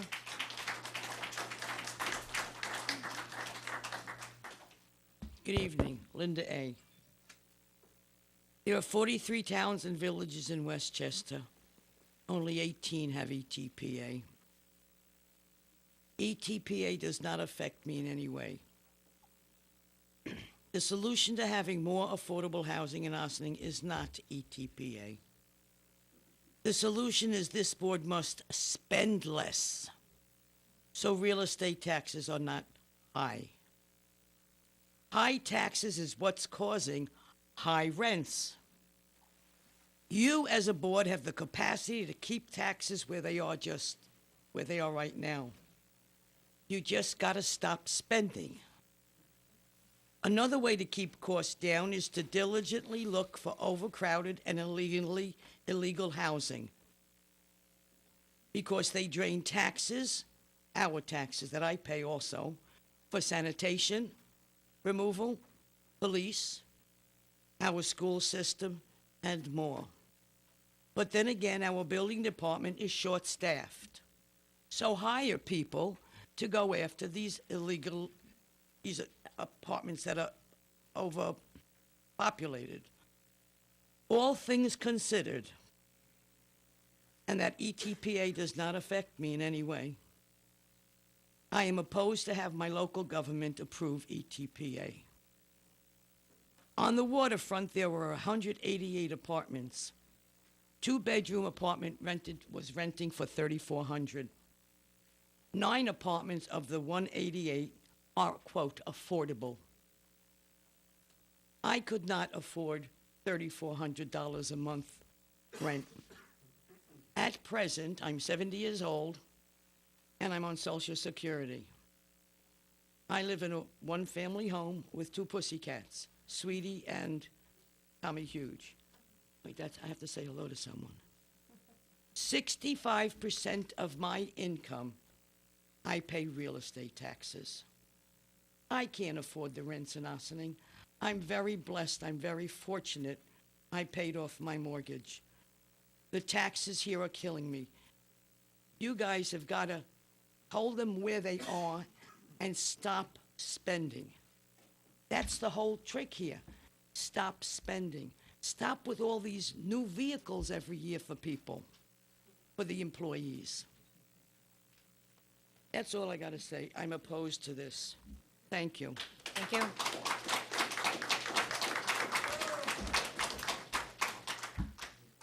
Well, my name is Maurice Nasrallah, and I'm purchasing a property here at 59 Ferris Place in Ossining.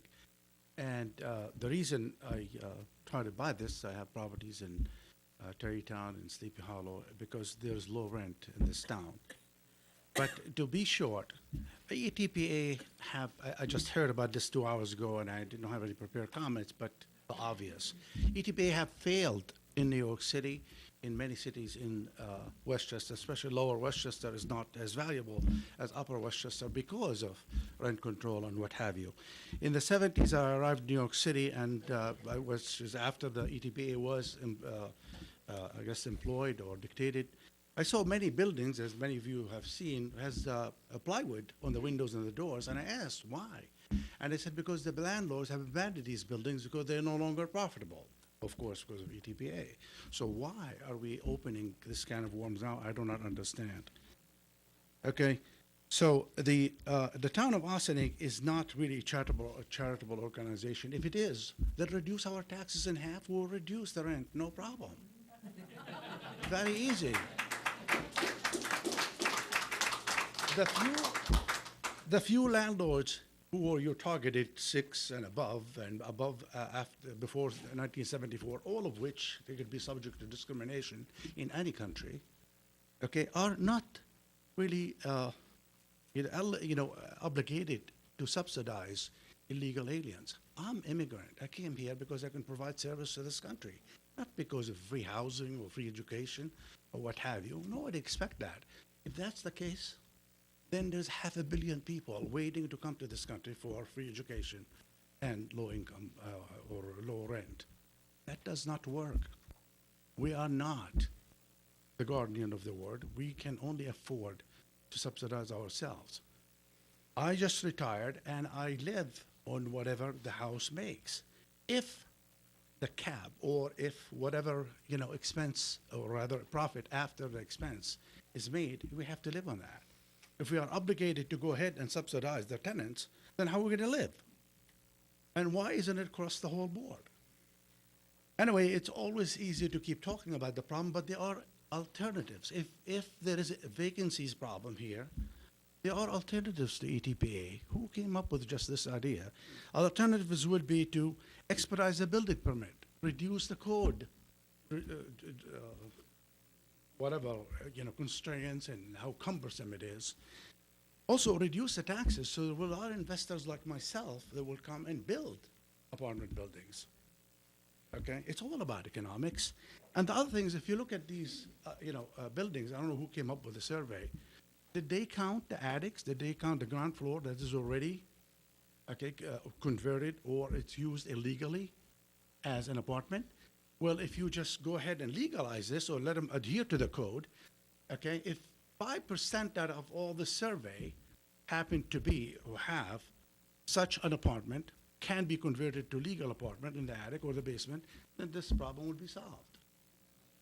I would ask you to look at this very carefully, and I think this idea really should be put to bed faster than whoever came up with it, because that is a failure.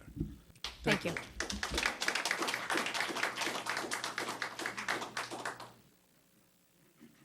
Good evening, members of the board. My name is John Perillo, and I reside at 72 Havel Street in Ossining, New York, and I'm a resident of Ossining for 65 years. I've been in the rental business for approximately 45 years.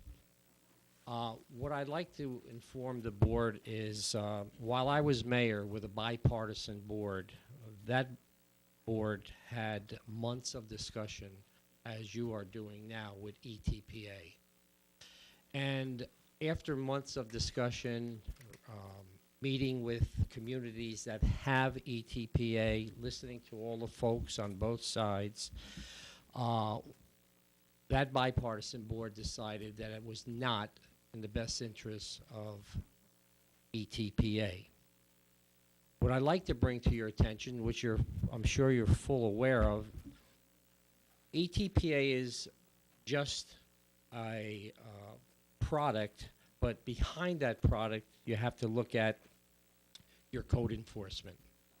Code enforcement is a disaster. I'm sure you know about what I'm talking about. People are actually taking rooms and putting partitions up to put mattresses in.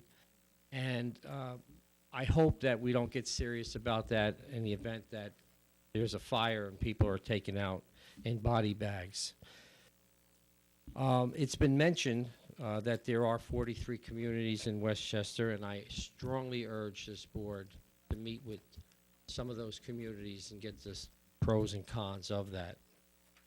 You also need to put into consideration of the property taxes. And with the reassessment that has just taken place, there is going to be people that are paying more. Some people will be paying less. Are there rent gougers? Absolutely. There are people that are taking advantage, especially people that are absentee landlords that are just in Ossining for the sole purpose of making money. I'd like to know how many complaints does this board have regarding their concern of enacting this ETPA. I strongly urge this board to proceed with caution because Ossining is a diverse community and we need a certain balance here. We need people that are wealthy enough to be here, people in the middle, and people that need assistance. If you look around Ossining, take notice of all of the places that are for sale, for lease, or for rent. Not only Ossining, it's you go travel the corridors of 287, Route 9A, all over. I write them down as I go by. I have a whole list of places. So what I'm saying is that this is not a partisan issue. This is an economic issue on both sides. Okay, it's not. It should not be an ideological point of view. There are legitimate concerns regarding people that need help, and also there are legitimate concerns of maintaining properties. I personally haven't raised anybody's rent in 7 or 8 years. I have great tenants. They're like family. When they move, if they move to buy a house, I adjust the rent accordingly. I like stability in this process, and I would say to you that if there is notes or paperwork from 2002 or 2003, when this was a hot and heavy issue, please look into it. Also, I would like to end that build a good community relations board, tenant relation board, with people that are knowledgeable on all sides, and try that for a good year or so and see how that works out before you go into what you want to do. Because let me tell you that there are more negatives than positives, and I feel the pain of people that need help, no question. However, you'll feel worse pain if people start folding their tent. And most of the people that have apartments I know them all, and they're very responsible people. So you're dealing with probably a handful of people that are taking advantage of the system. So if you want any more information, you have my number. I gladly offer my input if I can help in resolving this matter. Thank you. Thank you. Sir, if you could just wait one moment, I'd like to. We've gotten no, not you, Mr. Pillow. You're fine. We've gotten to the hour-and-a-half mark in comments on this, and I want everyone to have an opportunity to speak who is interested. I just want to get a sense because we also still have reports from all of our staff, and we're really trying to take this all in. I see 3 people who are online. I see some other folks at the back of the room. Is anybody else back there planning to speak and you're just having a nice lean against the wall? I'm just trying to get a sense of what more we have to expect here. We're good? So these 3 folks, and then we'll go back and we'll do have a more in-depth conversation and get some answers from the folks who know a little more about the program, and then we'll move on to the rest of the agenda. Okay, so thank you, sir. Please proceed. And by the way, one person, since I mentioned the 3-minute suggestion, has left it under 3 minutes. Just, sir. Please go Good right evening, ahead. Madam Mayor and village trustees. My name is John Benito. Back in 1980, Village of Ossining considered adopting ETPA. At that time, I was working in a real estate management firm and decided to get involved. I met with the then mayor, Mayor Wheeler, who was a fine gentleman, and convinced him, along with another gentleman who was a builder and a landlord. He's no longer with us, David Boganoff, and a good humanitarian. And we decided that we could make this work and establish the Ossining Housing Review Board. I was the first chairman of that board. And it did work. The way we set it up was the board had 2 tenant reps, 2 landlord representatives, 1 homeowner, and 1 chairperson. Why it worked? and can work now. Landlords don't want ETPA. There's no question. They don't. We convinced them that the review board would work with them as long as they worked with us. The common goal was to make Ossining a better place. The board issued guidelines on rent increases, lease requirements, reviewed cases where tenant abuses took place. The board took testimony and rendered decisions. We had complete cooperation, and this was the most important thing, of the village administration, especially the building department. Ossining is the perfect size community for a housing review board, and it'll work. I urge you to consider that, and after being in the management business for over 40 years, I think I'm well qualified. Thank you. Thank you, sir. By the way, that was a 2-minute remark, just if. Welcome. Good evening, Mayor and board members. My name is Sally Ferruggio. I work for Montrose Management Associates, and Montrose Management Associates built the Jefferson House apartments on Charter Circle and South Highland Avenue. David Bogdanoff built these buildings more than 50 years ago, and they have been very well maintained over the 50 years, right up to today. There have been no issues, no problems, and they comprise 259 rental units, and we believe quite a large bunch of very happy, satisfied tenants.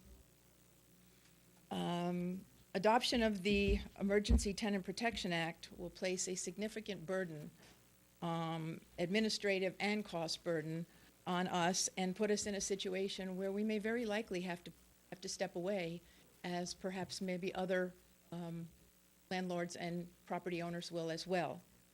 Our rents and marginal rent increases do not encompass the ever-increasing costs of taxes, sewer, water, and trash removal imposed by the village. We believe this will have a significant negative impact on property values. Owners can simply not be straitjacketed and handcuffed in their ability to keep rents down, and we believe you would only be adding insult to injury.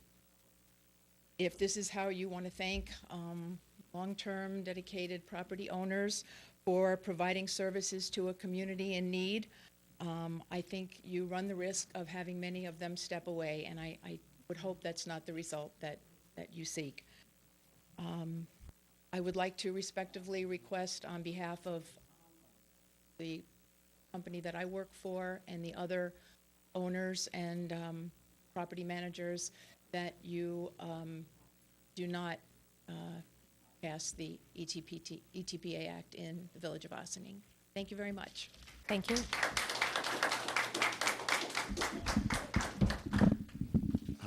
Good evening. Good evening. Thank you. My name's Carl Finger from Finger & Finger. I'm an attorney. We are also counsel to the Building and Realty Institute and the Apartment Owners Advisory Council. I'm probably going to steal some of the minutes that were left over by the last two people, but I'll try not to steal too many since they didn't cede them to me officially.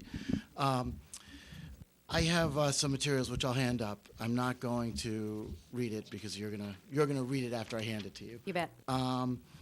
But I do want to say that although I am here on behalf of that organization, on behalf of my clients, our firm represents probably 700 or more of the rental apartments in Ossining. We're in court frequently. We've represented David Bogdanoff's family and company for over 40 years. So we've been coming to Ossining for a long time. I also was here, although it's in a bit of the far reaches of my mind, in 2002, 2003, and met with the board then and discussed many of the same issues that are coming up tonight. So I think that it's relevant to have some qualification in what I am about to say. So I I want to share that with you, that I'm not just shooting from the hip, although I'm going to do that a little bit. First of all, I think most of the comments that were made tonight by people on behalf of the landlords were accurate and are legitimate concerns, and I've detailed the reasons in my memo.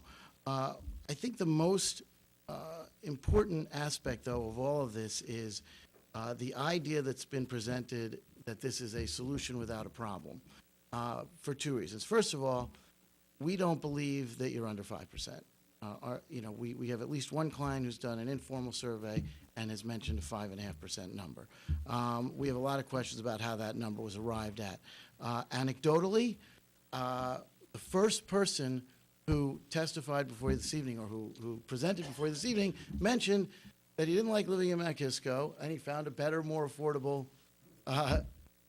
habitat apartment in Ossining. So right away, you have anecdotal evidence that things are better in Ossining, at least, than in Mount Kisco. I don't know what's going on in Mount Kisco.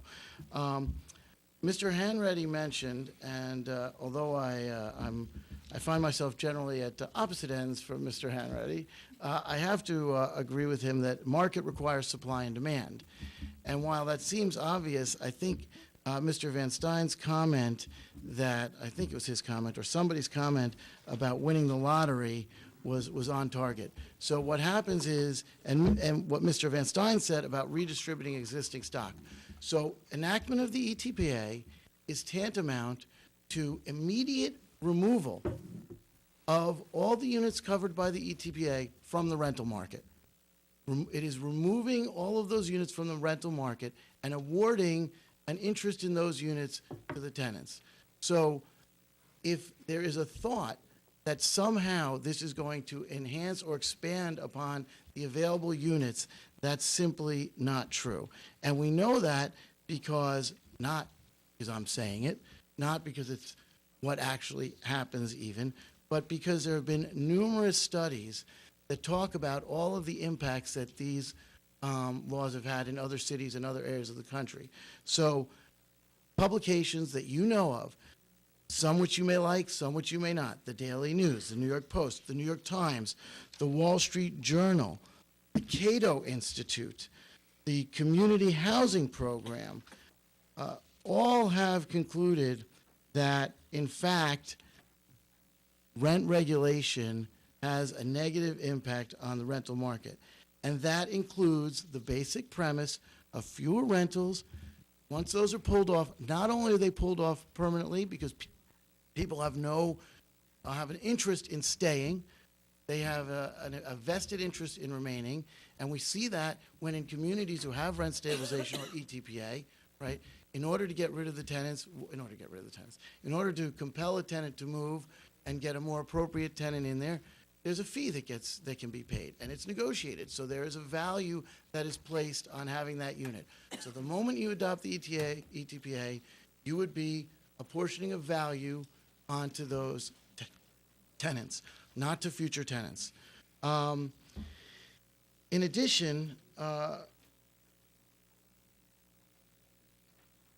want to just make one kind of administrative point that Mr. Lesnick mentioned, which is talking about the position of DHCR. And I would respectfully disagree with his observation that DHCR is solely a referee. DHCR has what's known as a tenant protection unit. The tenant protection unit doesn't simply referee. They go out, they find landlords that have raised a rent, and then they investigate and essentially prosecute them to determine whether that was proper or not. Not because a tenant complained, not because a landlord did anything wrong, but simply based on the rent went up and we're investigating. So your landlords are going to have to deal with that. And from everything my clients have told me, it is extremely, extremely unpleasant. That is on top of the administrative burdens associated with registering apartments, rents, et cetera.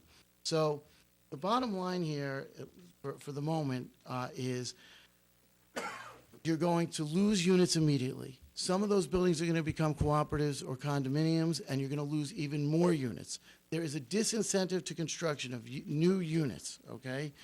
The quality of housing, and the studies show this, don't take my word for it, Look at the studies. I'm sure your staff has them. If not, we can supply them. The quality of housing will deteriorate due to the decreased income available to make improvements. Tenants won't move. You won't have the normal usability of the apartments for appropriate families, and you will be shifting the tax burden. And you've heard from some of the people, there is no doubt, your assessor will tell you, you are shifting the tax burden to single-family homeowners in a time when I think most municipalities don't want to be doing that. So I appreciate your time this evening. I apologize if I'm over 3 minutes. I will leave you my written comments, and see you in 2 weeks. Thank you.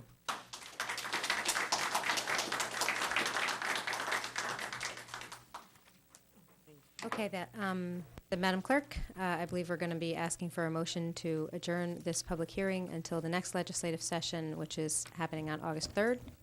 Am I correct? Yes, I want Yes. to move to an executive session on the basis for personal. Well, No. That's We at doing the this very, later? yeah, right now we are adjourning the public hearing until the Sorry. August 3rd legislative sorry. session. Do I have a You're motion? really jumping ahead. We haven't gotten the reports yet from staff. No, I know. I'm sorry about that. Do we have a motion to adjourn till August 3rd? So moved. Second. On the board. Okay, Madam Clerk. All those in favor? Aye. All right. And we have just heard a lot of information, a lot of questions, a lot of concerns have been raised. We have with us here Chuck Lesnick and some of his colleagues, and we would like to, I'd like to entertain a motion that we adjourn into a relatively brief work session so that we can have some discussion and perhaps have some deeper understanding of the program and reflect on some of the questions and concerns that have been raised. Do I have a motion? So moved. Second. On the board? All in favor? Aye. Aye? Madam Clerk, sorry, jumped the gun there. All right, so Chuck, if you would please join us, and I believe Deborah Post is here with you as well. Who may, you call her up whenever it's helpful for you to make your point and help us understand a little more of what we've been talking about tonight. Sure. Go for it. What did you hear? What, I saw you taking notes. I'm ready to answer questions.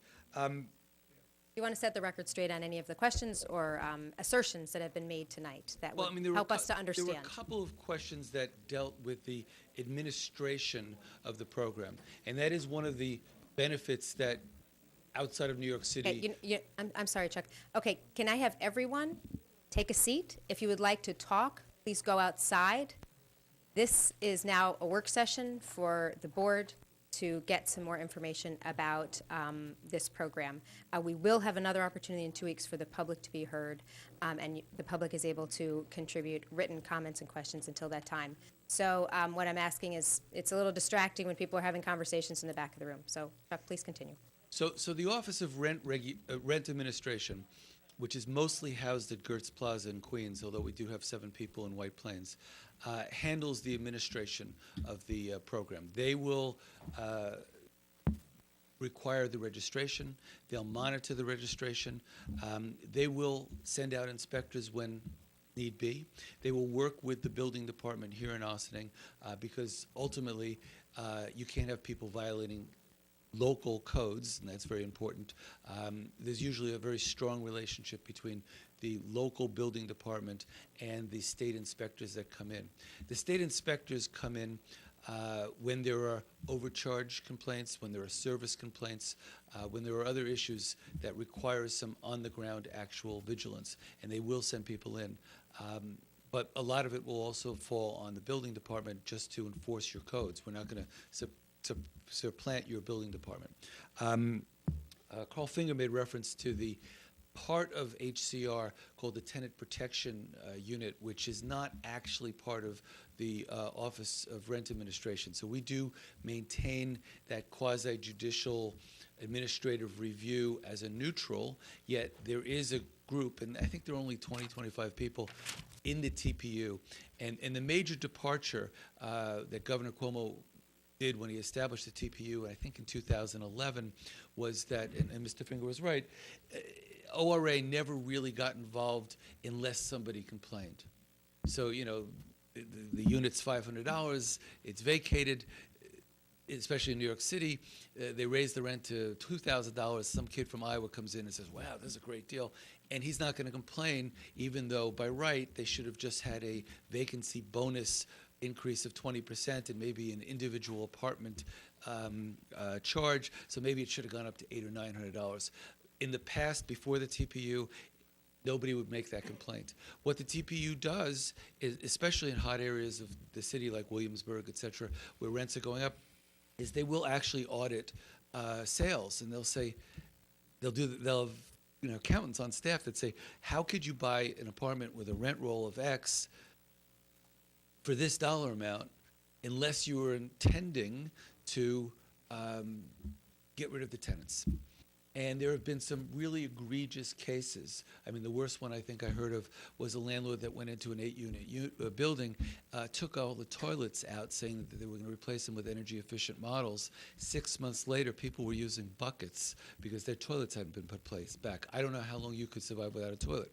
I've also heard egregious abuses of tenants who pass on apartments with succession right after succession right, and they're very wealthy and they don't need the thing. Those are the outliers. Those are the bad things. Most of the people, and I've heard a lot of things here tonight, most of the tenants are good people. Most of the landlords are good people. I don't know that much about the history of the Ossining Landlord-Tenant Council, whether it still operates the way it used to be, whether it operates at a reduced rate, whether that's something that addresses some of these needs. But I do know that the state is available with ETPA to assist.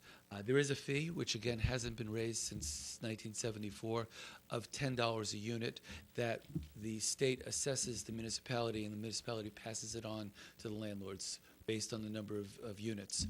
Somebody raised the question about who's going to count them, and basically the landlord is required to register their units, and they're required to set the base rent. And I will have to get back to you in terms of how that base rent is 100% set. I was told today that the base rent is set on the date that the declaration of the emergency is declared. And the day that you enact rent administration would be the day that you would say there's a 5% vacancy rate or less. That would be the date. There may be some look-back period, and there is a role for the Westchester Rent Guidelines Board to adjudicate what a fair market rent would be. So we don't want people running out tomorrow and raising their rents. We don't want people in situations where the landlords and tenants have no leases making up numbers. So there is a process to determine what that fair market rent is, and that is a cost of the state. It's not a cost that you're going to have to bear. What else was raised? Litigation. There are, as far as I can tell, the Westchester Rent Guidelines Board hasn't been sued in a dozen years. I think Nassau was sued once because they used to require the landlords to participate in the annual survey, and they had a regulation that said if the landlords didn't participate in the survey of the costs, they couldn't get the rent increase. They were sued in Nassau County. That was thrown out. So now landlords voluntarily comply with the annual survey of expenses. I think one of the gentlemen also asked, how do we determine what the rent increases should be? Who determines the expenses? They said that the increases are based purely on emotional matters. There are, I think, 10 different expenses that the Westchester and the Rockland and the Nassau and the New York City Rent Guidelines Boards look at. And they range from fuel costs, which this year happen to be very much down, to water bills, which were up, taxes, which sometimes are up a little bit, to other sorts of energy expenses, utility expenses, labor costs. And the landlords usually do a good job of bringing in accountants and insurance. That's another cost. They bring in people to stipulate what the costs are. The charge of the Rent Guidelines Board is to make these decisions based on the facts that pertain to their county and their county alone. I can't say how they vote one way or another. There do tend to be trends that go in different directions. There was a time when the landlords were getting 4%, 5%, 6% increases. The last couple of years have been kind of low. So, and this year was a 0 in Westchester and some of the other counties, Rockland and New York City as well. Deborah Post is here from the Community Housing Initiatives, and we had recommended them because they're a not-for-profit. They actually share the same floor as us at 75 South Broadway, and they were considerably less expensive than that university-based consortium that wanted like $10,000 for the study. And she can address what they did in the first part of the study, and from what I understand, there's more potential units that they need to go back and perfect their study. But I'll let Deborah speak, and then Are I'll we answer more going to be questions. asking questions? Yes, we'll have an opportunity to ask. So both of them are speaking, and then we're asking? Yeah, why don't we hear from Okay. Deborah, because there has been some question about the study of the vacancy and the apartment, the units that would be included, so perhaps you can speak to that on where we are now and what is yet to happen. First, just want to correct, we're Community Housing Innovations. Okay, and we were founded 25 years ago. We provide supportive housing, build affordable housing, and so on. We were asked, as Chuck said, we were asked to do a vacancy study. We are impartial. We don't have an opinion on the ETPA program one way or another. We're a landlord and an advocate of tenants, so we really can see both sides of this. So our charge was simply to determine how many units fit the model that were rental units at January 1st of 1974, and that were 6 units or more. And we were provided with that information, I believe, from somebody from the village. We took that information, we called all the owners, and we verified the number of units and how many units were vacant, and we actually came up with 1.23%. Now, since that time, we understand that there are some more buildings that do qualify, so we didn't have a full complement of buildings that qualify, and so we were going to go back and do the study again, and we actually were going to go through the entire roster again. You called and had communicated with all of the owners that were, at least at the time, on the list of properties that would be subject to ETPA? We were given a list of 864 units, and we reached owners of 732, so that's 85% of the units. And they were, that 85% of the units, the owners were able to provide you with the vacancy rates at Yes. the time? Okay. All right, why don't I open it up to other board members? I'm sure there are other questions and clarifications that we'd like to make of Chuck and Deborah while we have you here this evening. Chuck, could you just clarify the difference between rent stabilization here in Westchester County versus New York City and the actual difference of the program of how New York City was actually rent controlled then becomes destabilized versus Westchester County just starting from the ground level of There were some municipalities that had rent control, such as Yonkers, Mount Vernon had some, Greenberg, prior to 1974. And what happened, and I know Dennis corrected me, in 1971, there's the Erstat law. They phased out rent control, and then they brought it back again with a stronger ETPA. A lot of this stuff depends on what the state legislature and the governor at the particular time do, and where the pressures are. But it also relates to what the market is at the time and what the trends are. And in the 70s, people were leaving the cities; they were coming out into the suburbs. I believe there was a reference made to the 17 municipalities in Westchester County that have ETPA. I know that there are 36 municipalities, Westchester, Rockland, and Nassau, that have ETPA. And I believe somebody said that nobody had opted in the last 32 years. Actually, Croton opted in 2013, so that would have been 13 years ago. But the general gist is that most of the municipalities that opted into ETPA did so either in the 74, 75 era when it was first created, or in the 84, 85, 86 era when the state was taking over the operations of the municipalities, and that's when the big push was. For the most part, ETPA is where you'd expect it to be, where the apartments are. It's mostly municipalities south of 287. Scarsdale and Bronxville do not have it, but neither does Pelham, but Mamaroneck Town and Village have it, Rye, Larchmont has it, Yonkers, Greenberg, Mount Vernon, Portchester, and some of them, again, there was some reference to scree. I can get on that afterwards. Some of them have scree, some of them don't have scree. North of 287, Croton has it, and I guess Tarrytown, Sleepy Hollow would be considered north. That's about it. I mean, you're not going to get it in Bedford because there are no multifamilies of 6 or more units built before 74, so it would have been a moot point for them to consider it. But Croton does have it. Other questions? Well, I just wanted some clarity just on the last point. Croton has it for one building, right? Yes, and that is a good point. For the most part in Westchester County, it's 6 units or more. Some municipalities, 1 or 2 of them, have 10 or 12 units or more. Some of the smaller ones on the Sound Shore. Croton, I think, put it in for 20 units or more, or maybe even, they were really targeted on one particular building, and that was the only focus they had at the time. So just again to be clear, so villages in town, taking out cities, which are a totally different makeup from my perspective anyway, excluding Croton in the past 2 decades. So was that person correct, that in the last 20 or 30 years, there has been no approval for ETP in any of the towns north of 287, excluding Croton in that categorization? Right. I think that for the most part, the communities that wanted to do it did it originally, and there have been very few late to the table folks. But Rye did it. Okay. So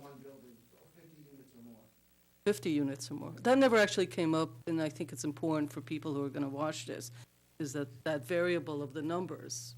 We keep saying 6, but there's also a discussion about that number is movable as well. that is totally within the Right. local. I don't think that was municipality. brought up, and I just want to make sure that anybody seeing this understands that that's another moving variable Right. in The this state discussion. sets floors, the state sets caps. Is a lot of local choice, and you have the choice to opt in. And even on the vacancy study itself, in fact, I think when I spoke in April, I said that our initial numbers for the entire municipality was 3.28. 3.28%. Whatever it was, but, and that was off of some county website. But your study, when you came up with the 1.23, was of the selected class, which was 6 units or more built before 74. And that's typically how those studies are done. What, Go right ahead. I don't know if you can answer this, but since this is what you do and you're an expert in this field and I'm not, there seems to be concern about the burden. I understand the tax discussion, but the man-hour discussion or the people-hour discussion of work involved.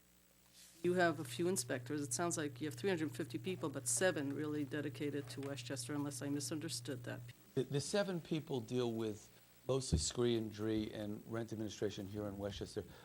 There are people from Gertz that come up to Westchester all the time. For instance, every time there's a fire in a building in Westchester County, and they're pretty good at regulating, they see it on the news thing, they'll send somebody up, they'll work with the Red Cross, and they'll let the tenants know that they're allowed to stay in place, even if they're not in the building, by paying $1 a month until such time as they're restored back to their apartment. What do they do for the landlords?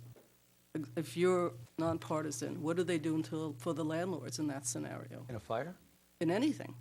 You said that the agency Yes. is really nonpartisan. Yes. You're on the scale, like the judges, right? You got the Right. scale thing. So you protect the tenants. I totally understand that. I would expect that. What does your staff do to protect landlords in Well, a for similar instance- situation? Because don't they lose money when things like a fire happens? They generally have insurance, but yes. But for instance, I heard a statistic the other day, and it's in the hundreds of millions of dollars every year that landlords do MCIs, major capital improvements, and those costs are passed on to the tenants. And tenants have been critical of our agency because we tend to approve about 3/4 of what's requested by the landlords. So you're talking about hundreds of millions of dollars that are passed on to the tenants. One of the other criticisms that the Except that- agency... Aren't you including New York City in that? What? Aren't you including? Yes, totally. Okay, totally. so that makes it difficult for me to get my But my one hand of around the other Westchester when you do criticisms, that. for instance, if a landlord puts in a new boiler, and the boiler has a useful life of 10 years, Mm-hmm. 10, 15 years later, the tenants are still paying the MCI, and sometimes there's a second boiler added, and they're paying the increase on that. I mean, that's a criticism that the tenants have of our agency. Really, again, as the umpires, we don't set the rules. The state legislature sets the rules. And we interpret the rules. We do come up with regulations. We enforce the rules that the legislature does. But believe me, we get just as much criticism from the tenants that we're not doing enough for them as we do from the landlords. Yeah, I'm not actually worried about the criticism piece. My concern as a trustee in this village is the cost of what I call FTEs, full-time employees. And no you. matter work, for people that elected me. Right, no, I meant for the Not village. that interested in New York City in this Right. conversation, and the landlords who invested in this community and the tenants who live here. So if you were to tell I don't run the village, right? I'm a trustee. If you were to tell the manager of the village, what do you estimate, since you have experience with Mount Vernon and other places in Westchester, what are the time elements required by employees of the village to get data to people? And we'll have to do it again, I guess, because it wasn't done correctly the first time, or there were errors the first time. Do you have an estimate of the FTE involved in man-hours that we would have to estimate during budgets for what this would involve? I mean, I got the tax Right, no, I conversations. understand I got So- that written down in 2 pages, so I'm not going to ask you to comment on the tax issue. I'm trying to figure out what the costs could be. The initial data in getting us the registration information is a one-time cost. Once we have that, the state will notify all the landlords. They'll also, through the public process of public notice, put people on notice that they should be registering. So they should voluntarily come forward. There are penalties for landlords who don't come forward, yet there are landlords that don't. One of the things that TPU does, and by the way, they don't do a whole lot in Westchester, they mostly do it in New York City, is they'll look to see if there are buildings that are not registered, especially owned by the same landlord or management company, to see if there are patterns, and they'll try to bring that to the attention of HCR. Other than that, we have some communication with the assessor on an annual basis, where we report how many units are registered. We charge you the $10. You pass that along to the landlord. If you happen to do Scree and Dree, which is the program where the disabled or 62 or above means limited individual or family that's paying more than a third of their income for rent and making under a certain dollar amount, they don't have to pay the increase that the Rent Guideline Board pass on. The municipality makes that up. This year, with a 0 and a 0.5%, that would be really tiny. Even last year at 1 3/4 and 2 3/4, not all that much, but that is a cost to the municipality. We have some places, like Yonkers, where the head of the Office for the Aging goes out in a very affirmative way, tells the seniors at all the senior centers, hey, there are these programs available, Scree and Dree. But if she weren't telling them that, she'd be telling them other things to do, like, how to get discounted coupons for the farmer's market for seniors. I mean, it's part of the litany of Right. benefits that she offers. I don't see much more municipal costs. As a former city council president in Yonkers, it was never a big expense item that we talked about come budget time. Ask? Thank you, Chuck. Thank you to the public that came out tonight for this very interesting topic and hand for us. I actually have a page and a half, sort of, kind of. I don't think I'm going to go through all that stuff. I have some key questions, I guess, for you, Chuck.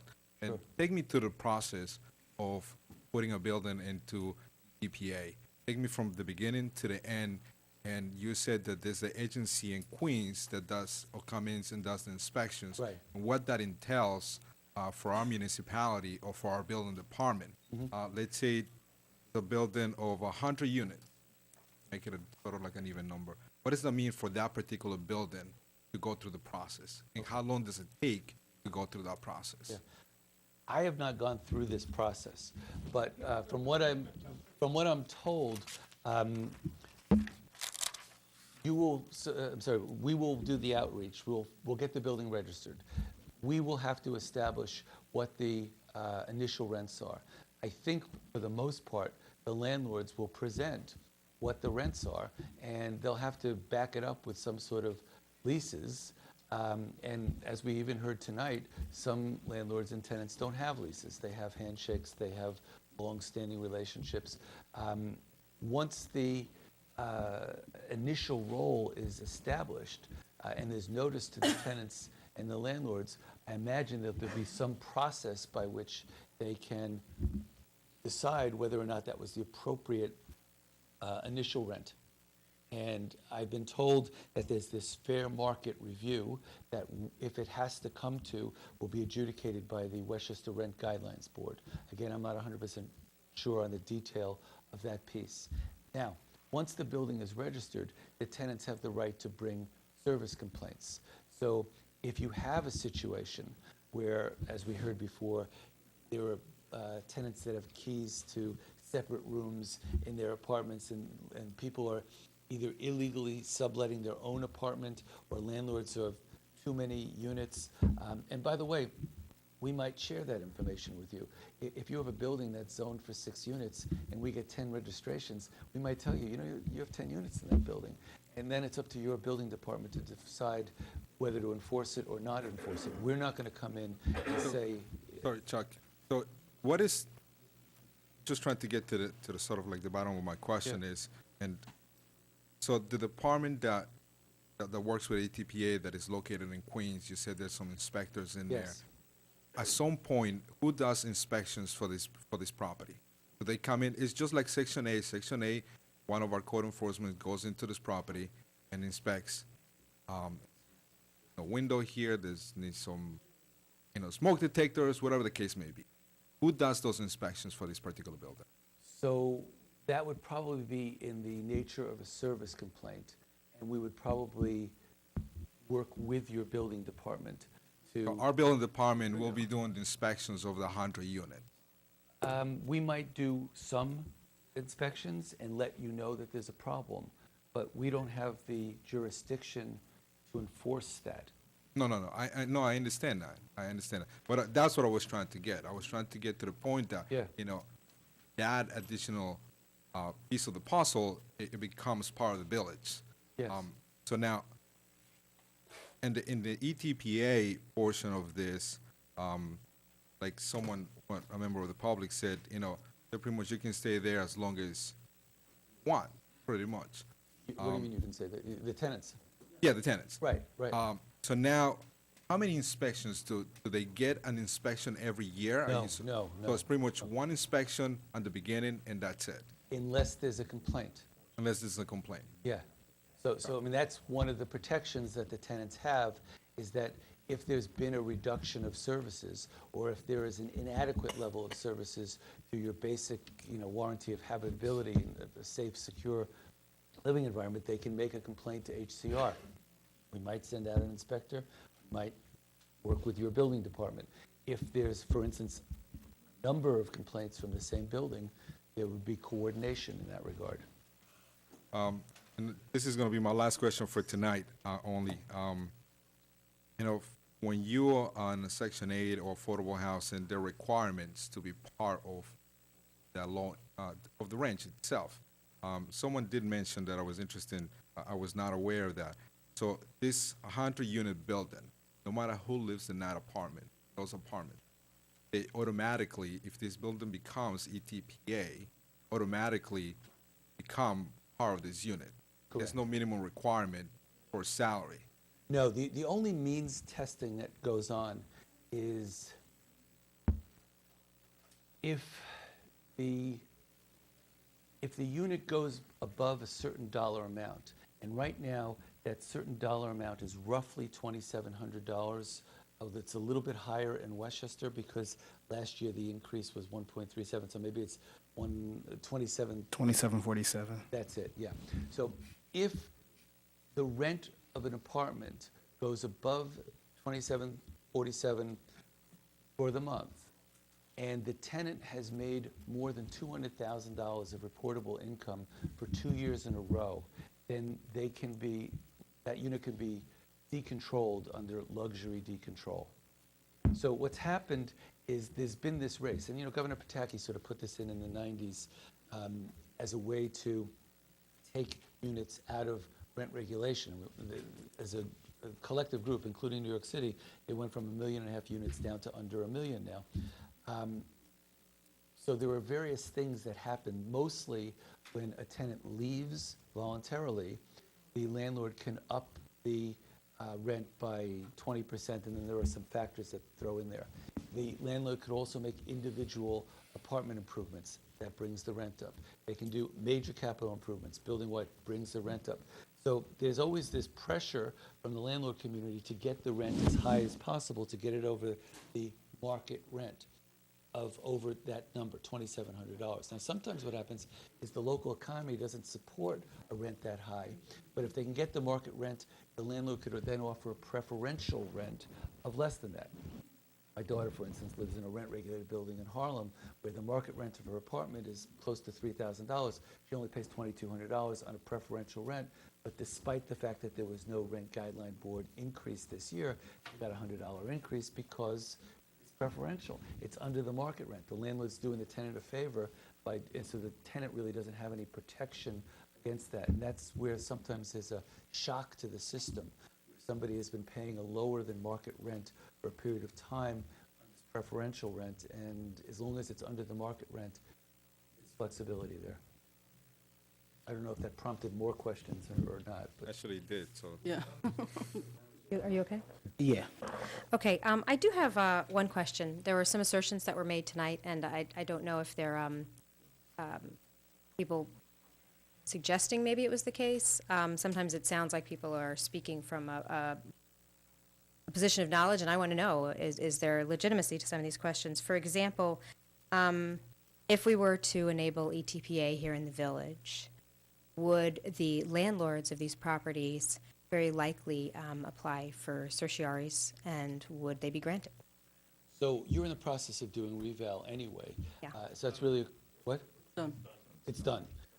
So a building that is rent regulated is worth less than a building that is not rent regulated. So therefore, it would have to be assessed at a lower value. A building that wasn't rent regulated would not be reassessed at a lower value. And somebody made an assertion about co-ops and condos. It would seem to me that a co-op and condo that is not rent regulated wouldn't be assessed at the value of a rent regulated building, but would be assessed at the value of a standard building not rent regulated. But it is. I think one of the assertions No, was that's what that now people they might said. convert their rentals to Yeah. condos or co-ops to avoid the regulations of ETPA. And that did happen. That happened an awful lot in the 70s and the 80s when rent regulation first took place. Half the co-ops and condos in Yonkers were created as a result. However, those buildings were non-eviction plan, so if there were tenants that chose not to buy, they stayed in place, they still continued to be rent stabilized, or even in some cases rent controlled, until such time as they leave, at which point the co-op or condo reacquires the unit.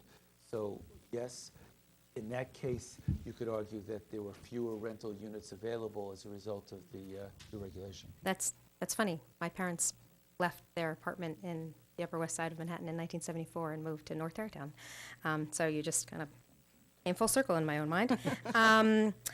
Then one other assertion was that ETPA has failed where it exists. I'm not sure how what criteria would be considered to make that sort of assertion, but you're so familiar with the program. Can you just sort of wrap us up with some understanding on, this hasn't been done in very many communities in a number of years since it was first offered and then pushed 30 years ago, I guess, in 1986 was the last big push.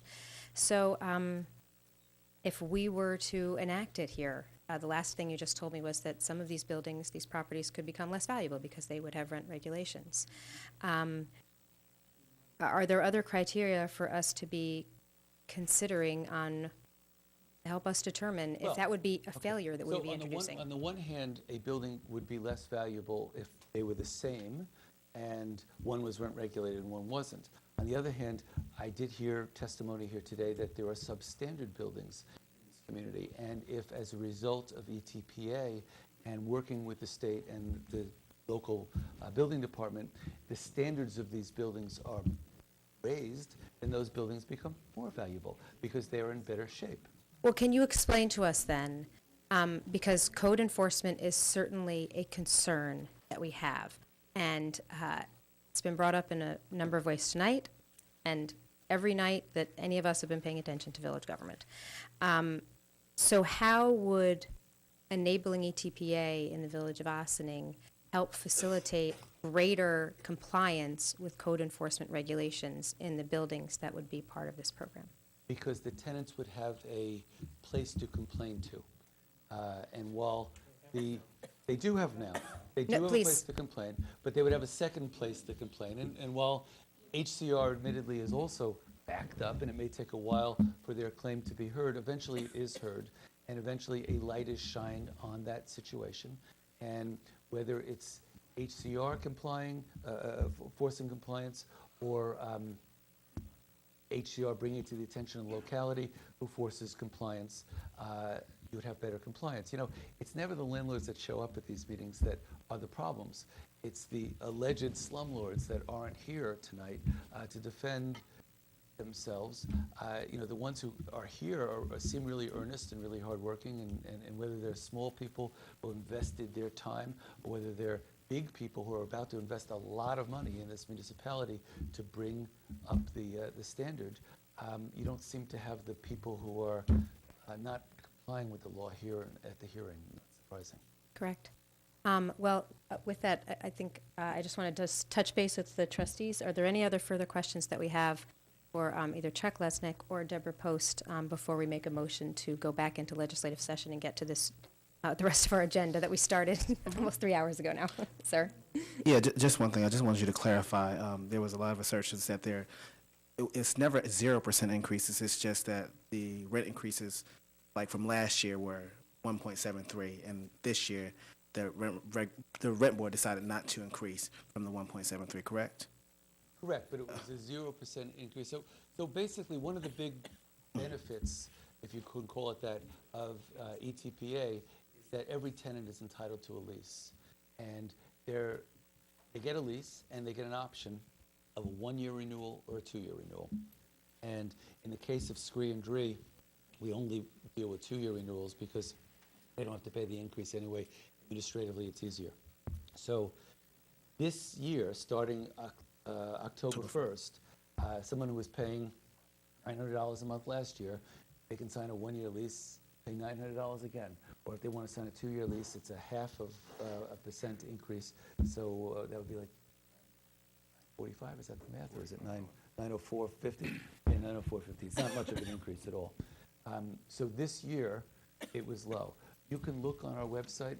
Historically, I think we go back 15, 20 years, and you can see that, again, there were 5s and 6s, there were 2s and 3s. This is, I think, only the second 0, maybe the third 0 in 20 years or so. How will the tenant make a complaint? What is that process for the tenant? Again, you go on the website, and there are forms for overcharge, there are forms for harassment, there are forms for service reduction, and there are people like Dennis Hanratty or Community Voices Heard that sort of help tenants out. The legal aid attorneys know how the forms work. And if the building goes under 75% of capital improvements, then that's a way to go over the rent regulations. We talk about major improvements. Major capital Yeah. improvements. So there are two things. I don't know whether that's 75. There is a requirement that if the building was built prior to January 1st, if there was a TCO issued prior to January 1st, 1974, then it's not covered. Another way a building is not covered is if there's been a substantial rehab of the building, and that's defined as 75% of the various systems, whether it's the boiler, the roof, et cetera, have all been improved and upgraded, and that is considered a new building. For instance, I don't know if Karen's still here from IFCA, but we were at a ribbon cutting the other day where they did such a substantial job that building may be considered new construction, even though the foundation is over 100 years old, that might have hit the 75% threshold. IFCA, by the way, wouldn't be covered by rent regulation because not-for-profits are not covered by rent regulation. And is there a hardship, hardship that landlords could apply to if they really felt that the rent control was Yes. burdensome? And that is a process that they, again, can go to HCR, and there's a form for that they can fill out. Okay. Are we all set? Yes.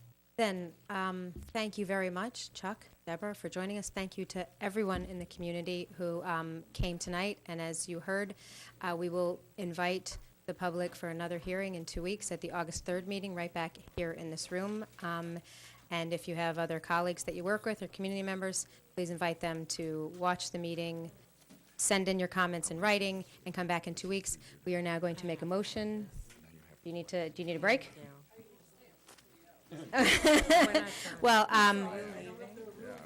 Can't sit anymore. let me just touch base with, because we need to make a motion to go back into our regular meeting. Do we want to Yes, take a motion 2-minute to break? go- Yes. Yeah, let's take a 2-minute break. 2-minute break. Let's take a 2-minute break, then we'll come back. But Tom, we're back? Okay. Can we have a motion to adjourn into our regular legislative session? I don't think we adjourn into that. I think we You just go into it. reconvene. We reconvene into our, okay. Can we have a motion to convene into our regular meeting, Our legislative session. our legislative So moved. session? All right, all in favor? Aye. All right. So, Madam Clerk. Sure, Mayor and trustees announcements. Yeah, I'm going to be real brief. But I do have something to say because it's happening this week. I don't want to miss the opportunity. The Ossining Documentary and Discussion Series. Every month, folks are invited to watch a documentary and then have a conversation with panelists from the area who talk to us about, from whatever their perspective is about the subject of the documentary. This month, it's an expanded program. There are so many really knowledgeable, interesting people that we wanted to invite to be part of the conversation, that there's a pre-program program. From 4 to 6 o'clock, there'll be a community roundtable in the Boudars Theater at the library. Everyone who is interested in the subject is welcome to come. There'll be a brief break between 6 and 6:30, and we'll move into our regular program, which is the screening at 6:30. So the film is called The Wisdom to Survive. And the tagline is Climate Change, Capitalism, and Community, which sums it up quite well. We have some really interesting panelists. I'll say I'm really fond of that tagline, Climate Change, Capitalism, Community. It's, I guess, a little more of a sophisticated version of the what I've always considered to be my guiding philosophy in public service, which is to consider all of our decision-making from the 3 Ps, which is planet, profits, and people. And so it should be a really interesting conversation with some superstar panelists from across the area. So I encourage you to join us tomorrow at the Ossining Library. 4 to 6 is the community roundtable discussion, and then at 6:30 we'll begin the film and have the panel discussion after that. Okay. Anybody else? I just want to take this time to thank the chief and Pete Carpenter for actually doing the block party. It was well received in the community. You actually had the block party where I grew up, in front of the house I grew up at, and so it really meant a lot from a trustee as well as someone who grew up in this town. So thank you. I'd like to just let everybody know that Saturday night at the Elks Lodge, Ossining Arts Project is sponsoring a jazz concert. Doug Corellis, who's a music teacher in the Ossining school system, will be playing along with 3 other fine gentlemen. And Saturday night is always a good night for Latin jazz. So feel free to come by. All the proceeds from the door will go to the band. And so that's this Saturday, 8 o'clock at the Elks Lodge, Croton Avenue. That's There. neat. Thank you. I usually see Mr. Corellis at Brookside School Chorus concert, so this will be a neat transition. Anyone on this side of the table? Announcements? Just if you guys weren't aware, St. Augustine's having a fair. They're going until Sunday. Yeah, they should be having the fireworks. They probably That's already it. happened. We missed those for tonight, I think. I was gonna say the fireworks. It's pretty it's pretty awesome just to go there as well. So if you haven't drove that way, so I'll invite you to go do that. Pretty fun for entertaining for the family and the kids, definitely. Okay. Madam Clerk. Sure, we'll move into administrative reports. Interim Village Manager, Paul Fraioli. Thank you. Good evening, Mayor and Board. I'll try to be brief tonight as well. I first wanted to congratulate the 3 new officers and welcome them to the Ossining Police Department. That's good stuff. This is my first meeting since the fireworks, so I did want to take the opportunity to thank everybody involved with that event, but particularly the Police Department and the Recreation Department. It seems to get better every year, and as well run as it is, it's still amazing to see how the group that contributes to running that event every year meets, and we actually met this evening in the forum of our Office of Emergency Management and still talked about ways to improve how the fireworks and festivities are conducted every year. Most looking forward to next year already. That's you guys should be commended for that. Some of the things I'll skip some things to keep it going. Some touch and feel items. If you were downtown in the last couple of days, you see that we commenced with the second phase of the town and village-wide streetlight LED conversion program. I asked Treasurer Warren, which he, of course, produced, because he always does, a quick recap of what the impact is already, even though we're nowhere near substantial completion. We already had some numbers, less than half entered into our NYPA database. So NYPA is already giving us savings, which is really found cash because we don't really start paying until we reach substantial completion. So just to give you a very broad brush of what the first 6 months has done for the village, there's, from a green component, there's a 44% reduction in our kilowatt hours used. And that is indicative of just the Cobra head, or the overhead lightings that you see lighting up the roads. And then from profit perspective, to segue from the mayor's earlier comments there's an over 50% savings. In the first 6 months, we've saved over $43,675 on the first 6 months bill.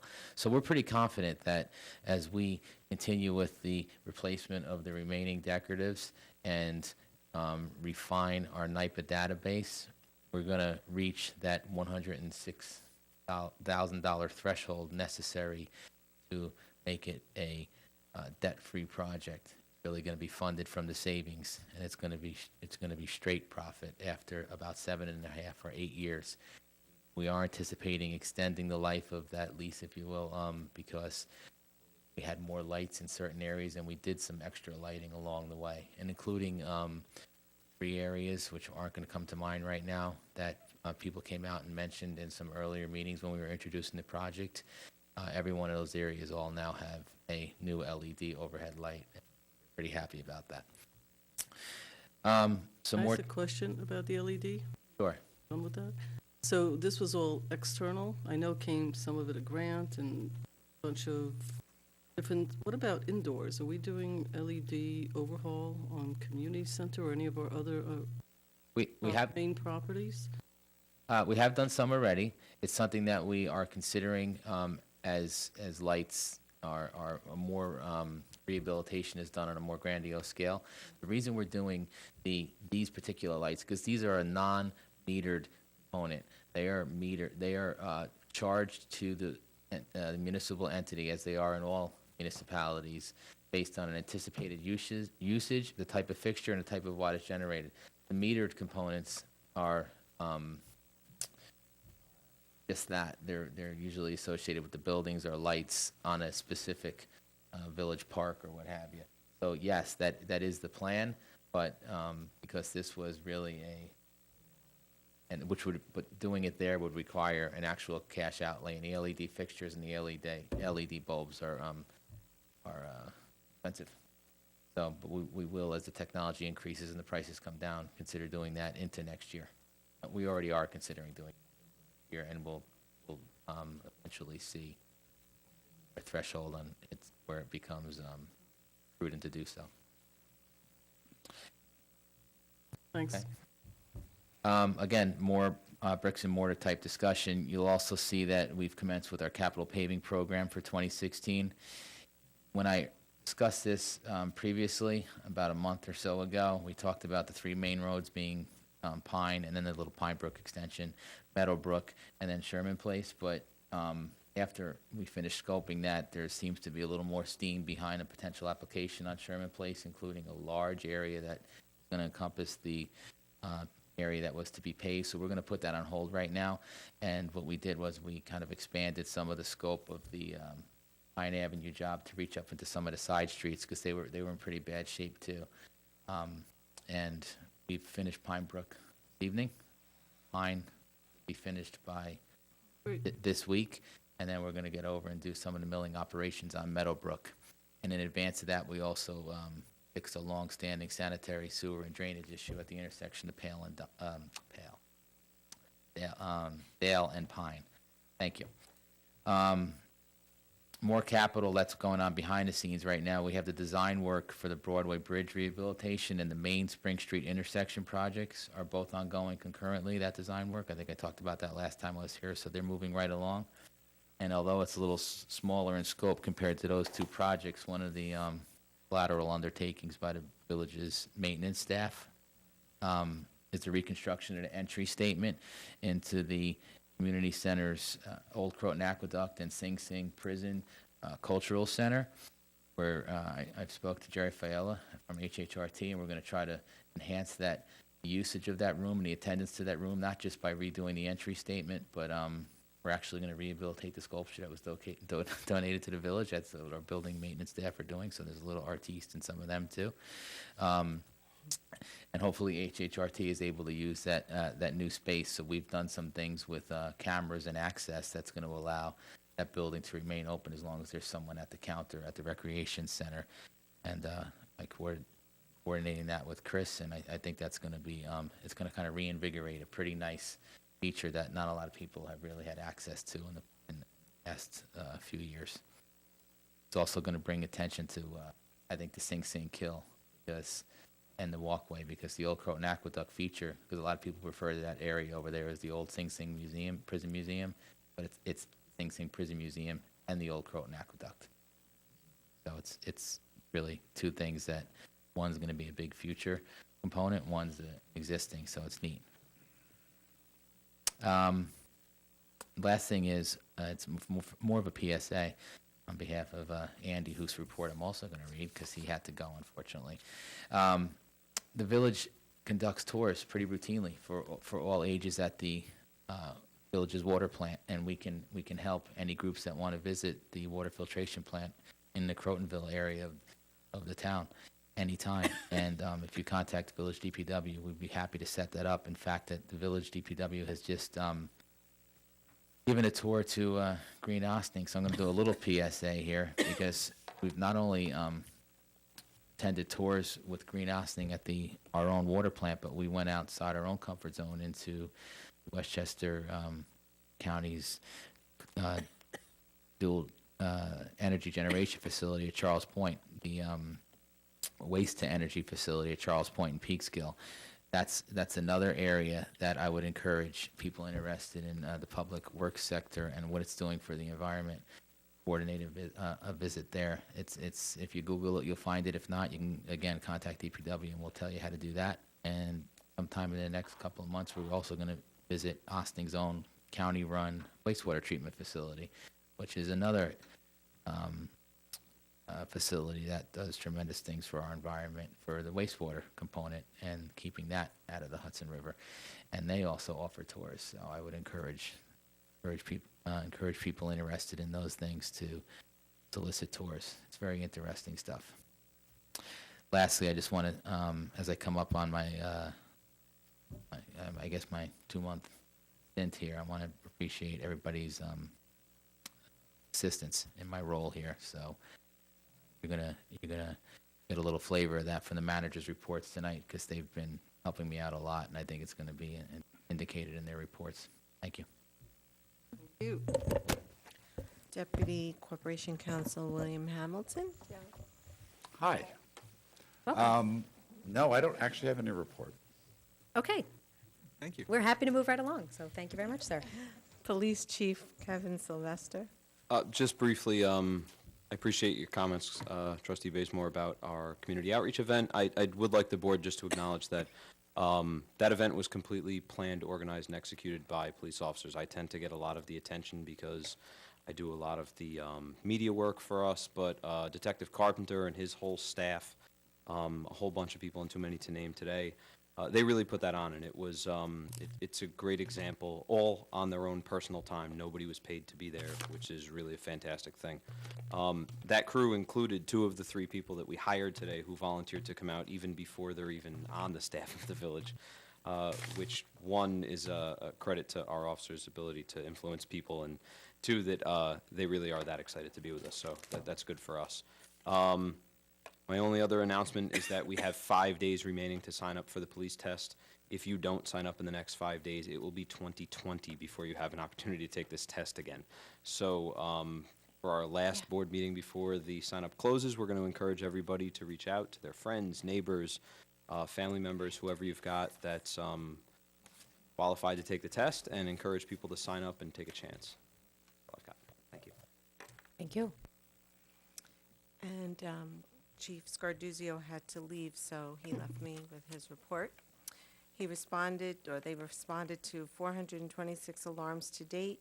Thank you to David Stone and Lori Lee Dixon for the work they have done on the new fire engine.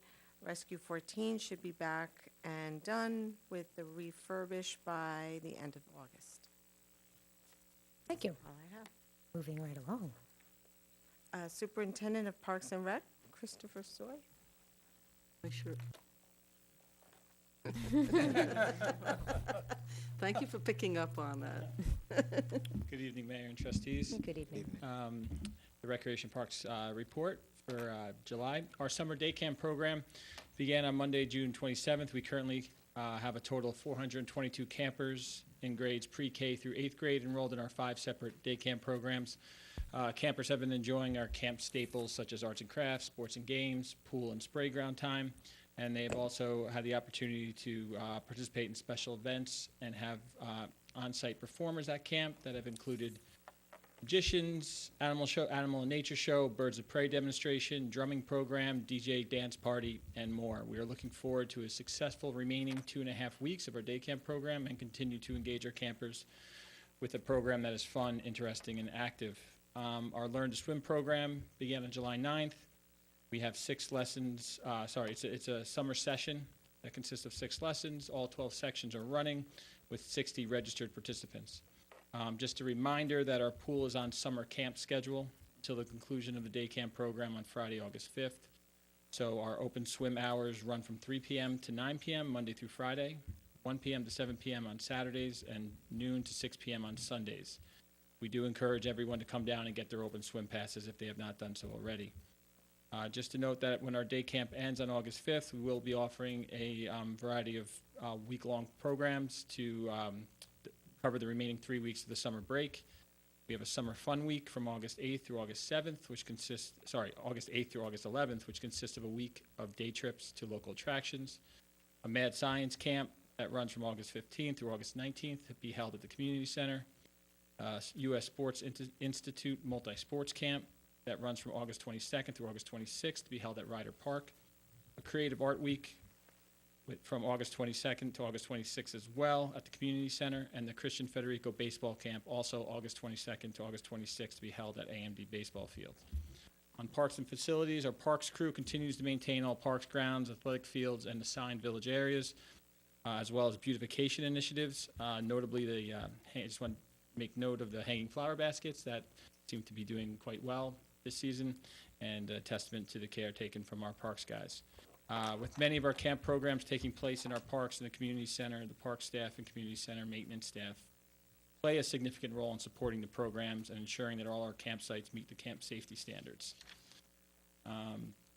Also, with the increase of our aquatics facility during the summer months, both the parks and community center personnel play an essential role in facility maintenance and operation.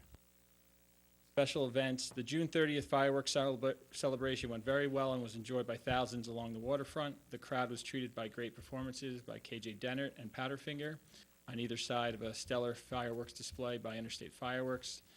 The addition of Henry Gordine Park allowed the crowd to spread out and enjoy a wonderful space to take in the show. I would like to thank the event incident commander, Lieutenant Jim Montague, and the Ossining Police Department for their organization, management, and support throughout the event. I would also like to thank Chief Matt Scarduzio and the Ossining Fire Department, Nick Franzoso and OVAC, and Mike Duffy and the Village DPW for all their efforts in making the event a safe and well-organized one. Ossining can now boast of 2 summer concert series. We have the annual Summer Waterfront Concert Series at Engle Park, which is underway. The series offers performances every Friday through August 26th, with music scheduled to begin at 7 p.m. This Friday is a performance by Ossining's own Sundad. Also, we have the new Monday night jazz at Henry Gordine Park. Jazz Forum Arts, with co-sponsorship from GDC, put together a 4-concert series on Monday evenings with music beginning at 6:30 p.m. 3 concerts remain, with one on July 25th, August 8th, and August 22nd. We did post on our Facebook page the performers for each evening. I don't have that with me right now. And to stay up to date on all department happenings, make sure to visit our department's webpage at villageofossining.org, as well as the Ossining Recreation and Parks Facebook page, or feel free to call us at 941-3189. And as always, you can visit the Recreation Office in person at the Community Center to access all program information. Thank you. Can I ask a question, Chris? Year-to-date over last year, are you up or down or the same for camps? I think it was 428 last year, 420 this year. You're down 8? 8 Okay, so it's enrollments. about the same, I mean, it's Yeah, about. about 8. And these camps at the end of the year, you do that every year, right? We're offering a few more than we have in the past. Sounded like this, I wasn't sure. Yeah. Last year, we offered a couple, we introduced a couple new ones, then a couple more this year. So, a few new programs being offered. Okay, and the science program, is that robotics and STEM, or is that something? No, it's the Mad Science. Mad Science offers a variety. It's for younger elementary age, but it's a themed one that they have. It's called Bugs. It's animal related, but it's not a STEM or computer. Thank you. Thank you. Paul, village manager is going to read Andy's report. Is that okay? No, I did not. You didn't? What happened? We There's thought more you- to We all come. thought Okay, you here we go. did. Look at that. The Indian Brook Reservoir is presently at 83% capacity. Last month, the Indian Brook Reservoir was also at 83% capacity. Currently, we are purchasing 90% of our water from New York City. Last month, we purchased 80% of our water from New York City. We are intentionally lowering our reservoir to prepare for construction. Right now, the water elevation is 4 feet below the spillway. The Indian Brook Dam project. Contractor Legacy Valve is on site. They started construction 5 weeks ago. The office trailers are placed at the mobilization area. All undergrowth has been removed. Silt fencing is installed around the perimeter of all areas of influence. Weekly progress meetings have been taking place. The contractor has started removing the spillway. New rebar with concrete will be commencing in the next week. The water main relining project. We received approvals to energize all the newly relined water main piping on Hunter and James. All bypass piping for Eastern Avenue, Elizabeth Street, Tompkins Avenue, Churchill Street, Prospect Place, and Linden Avenue have been approved to be put online by Westchester DOH this week. The Snowden Avenue water main project is 98% complete. The Ossining Water Department installed 24 new water services on the new 12-inch water main. In the next 2 weeks, the contractor will tie in the final leg. The community center project is moving right along. Right now, we are concentrating on the entry statement to the prison museum, the highway masons, and our maintenance foreman. Disassembled the old covered entranceway, rebuilt the brickwork, and installed new coping stones on the top. Thank you. Thank you. Village treasurer Thomas Moran.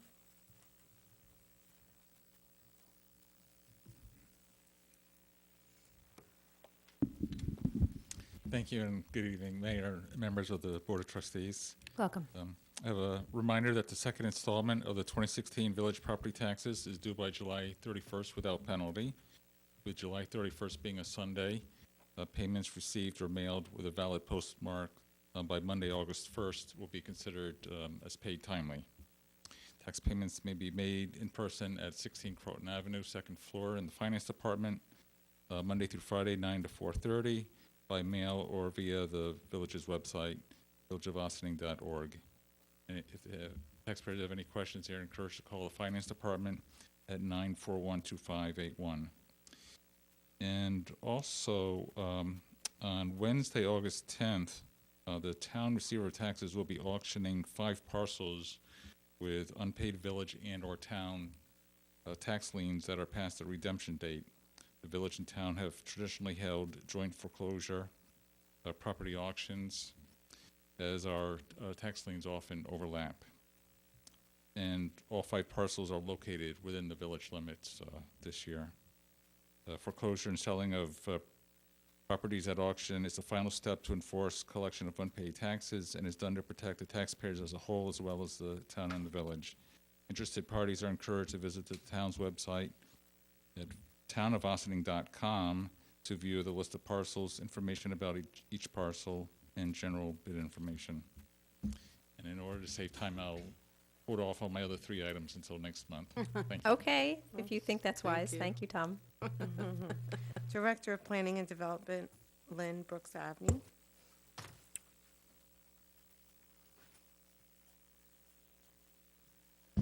Good evening, Mayor and board members. I'm also going to be brief in the respect to the time that we're at.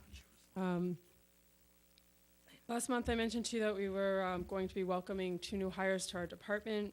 They've started in our department, an assistant building inspector and a administrative assistant. And with that in mind, we've began tweaking some of our processes and streamlining. We've reduced our FOIL process and the time it takes to get a FOIL and municipal searches drastically. We've gotten positive feedback from the realtors and from many other title search companies. We've also eliminated a permit that was previously required for window replacements. So when you're now replacing windows in kind, you do not need to take out a permit. As long as you're not changing the size, there is no permit required.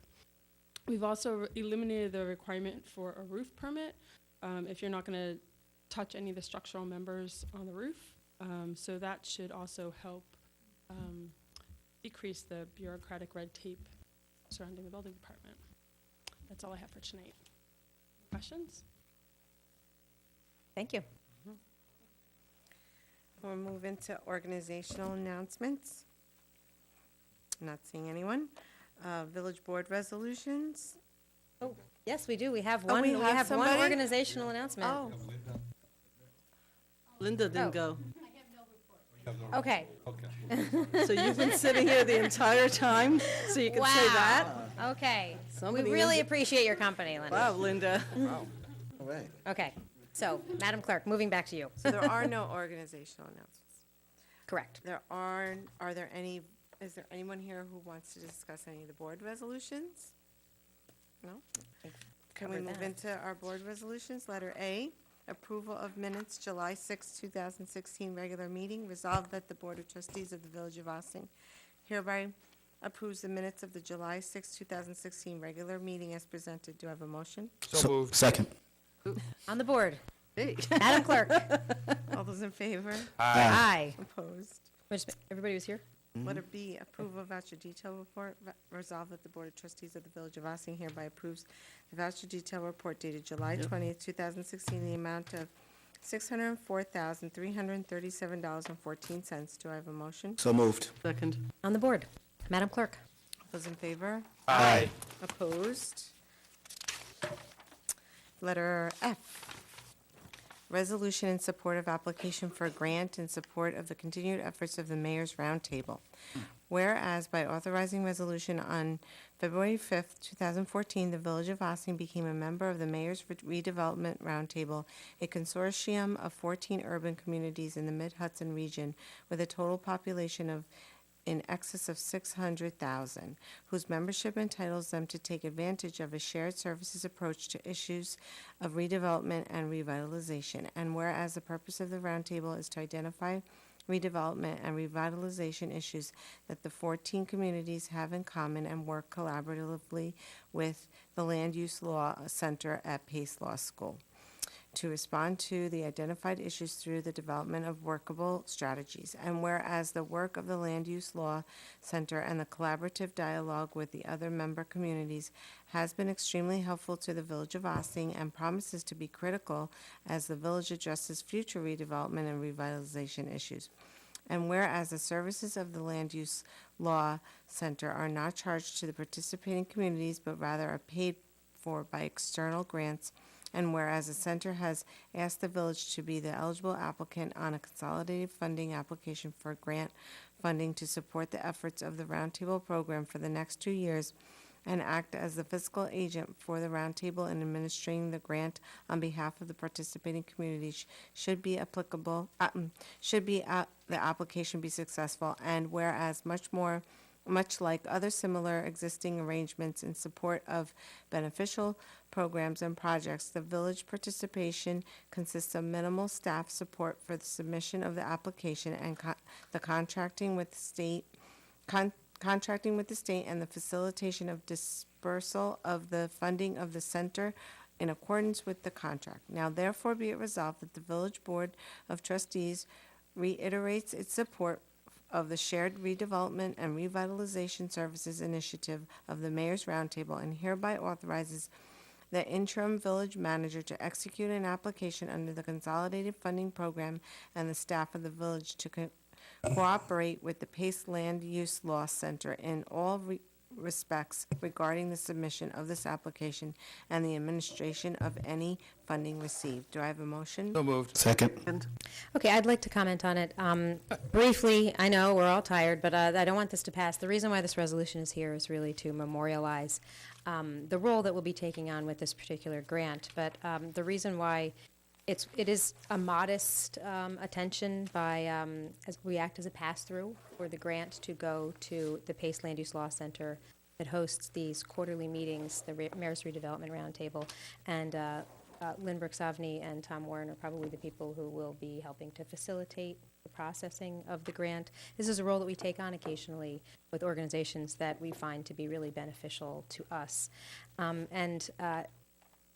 The Mayor's Redevelopment Roundtable is in itself a valuable experience every few months, and it's during the time when most people work, but trustees are certainly welcome to join. It's not just mayors. And Lynn and Lori Lee and I attended one, was it just last week?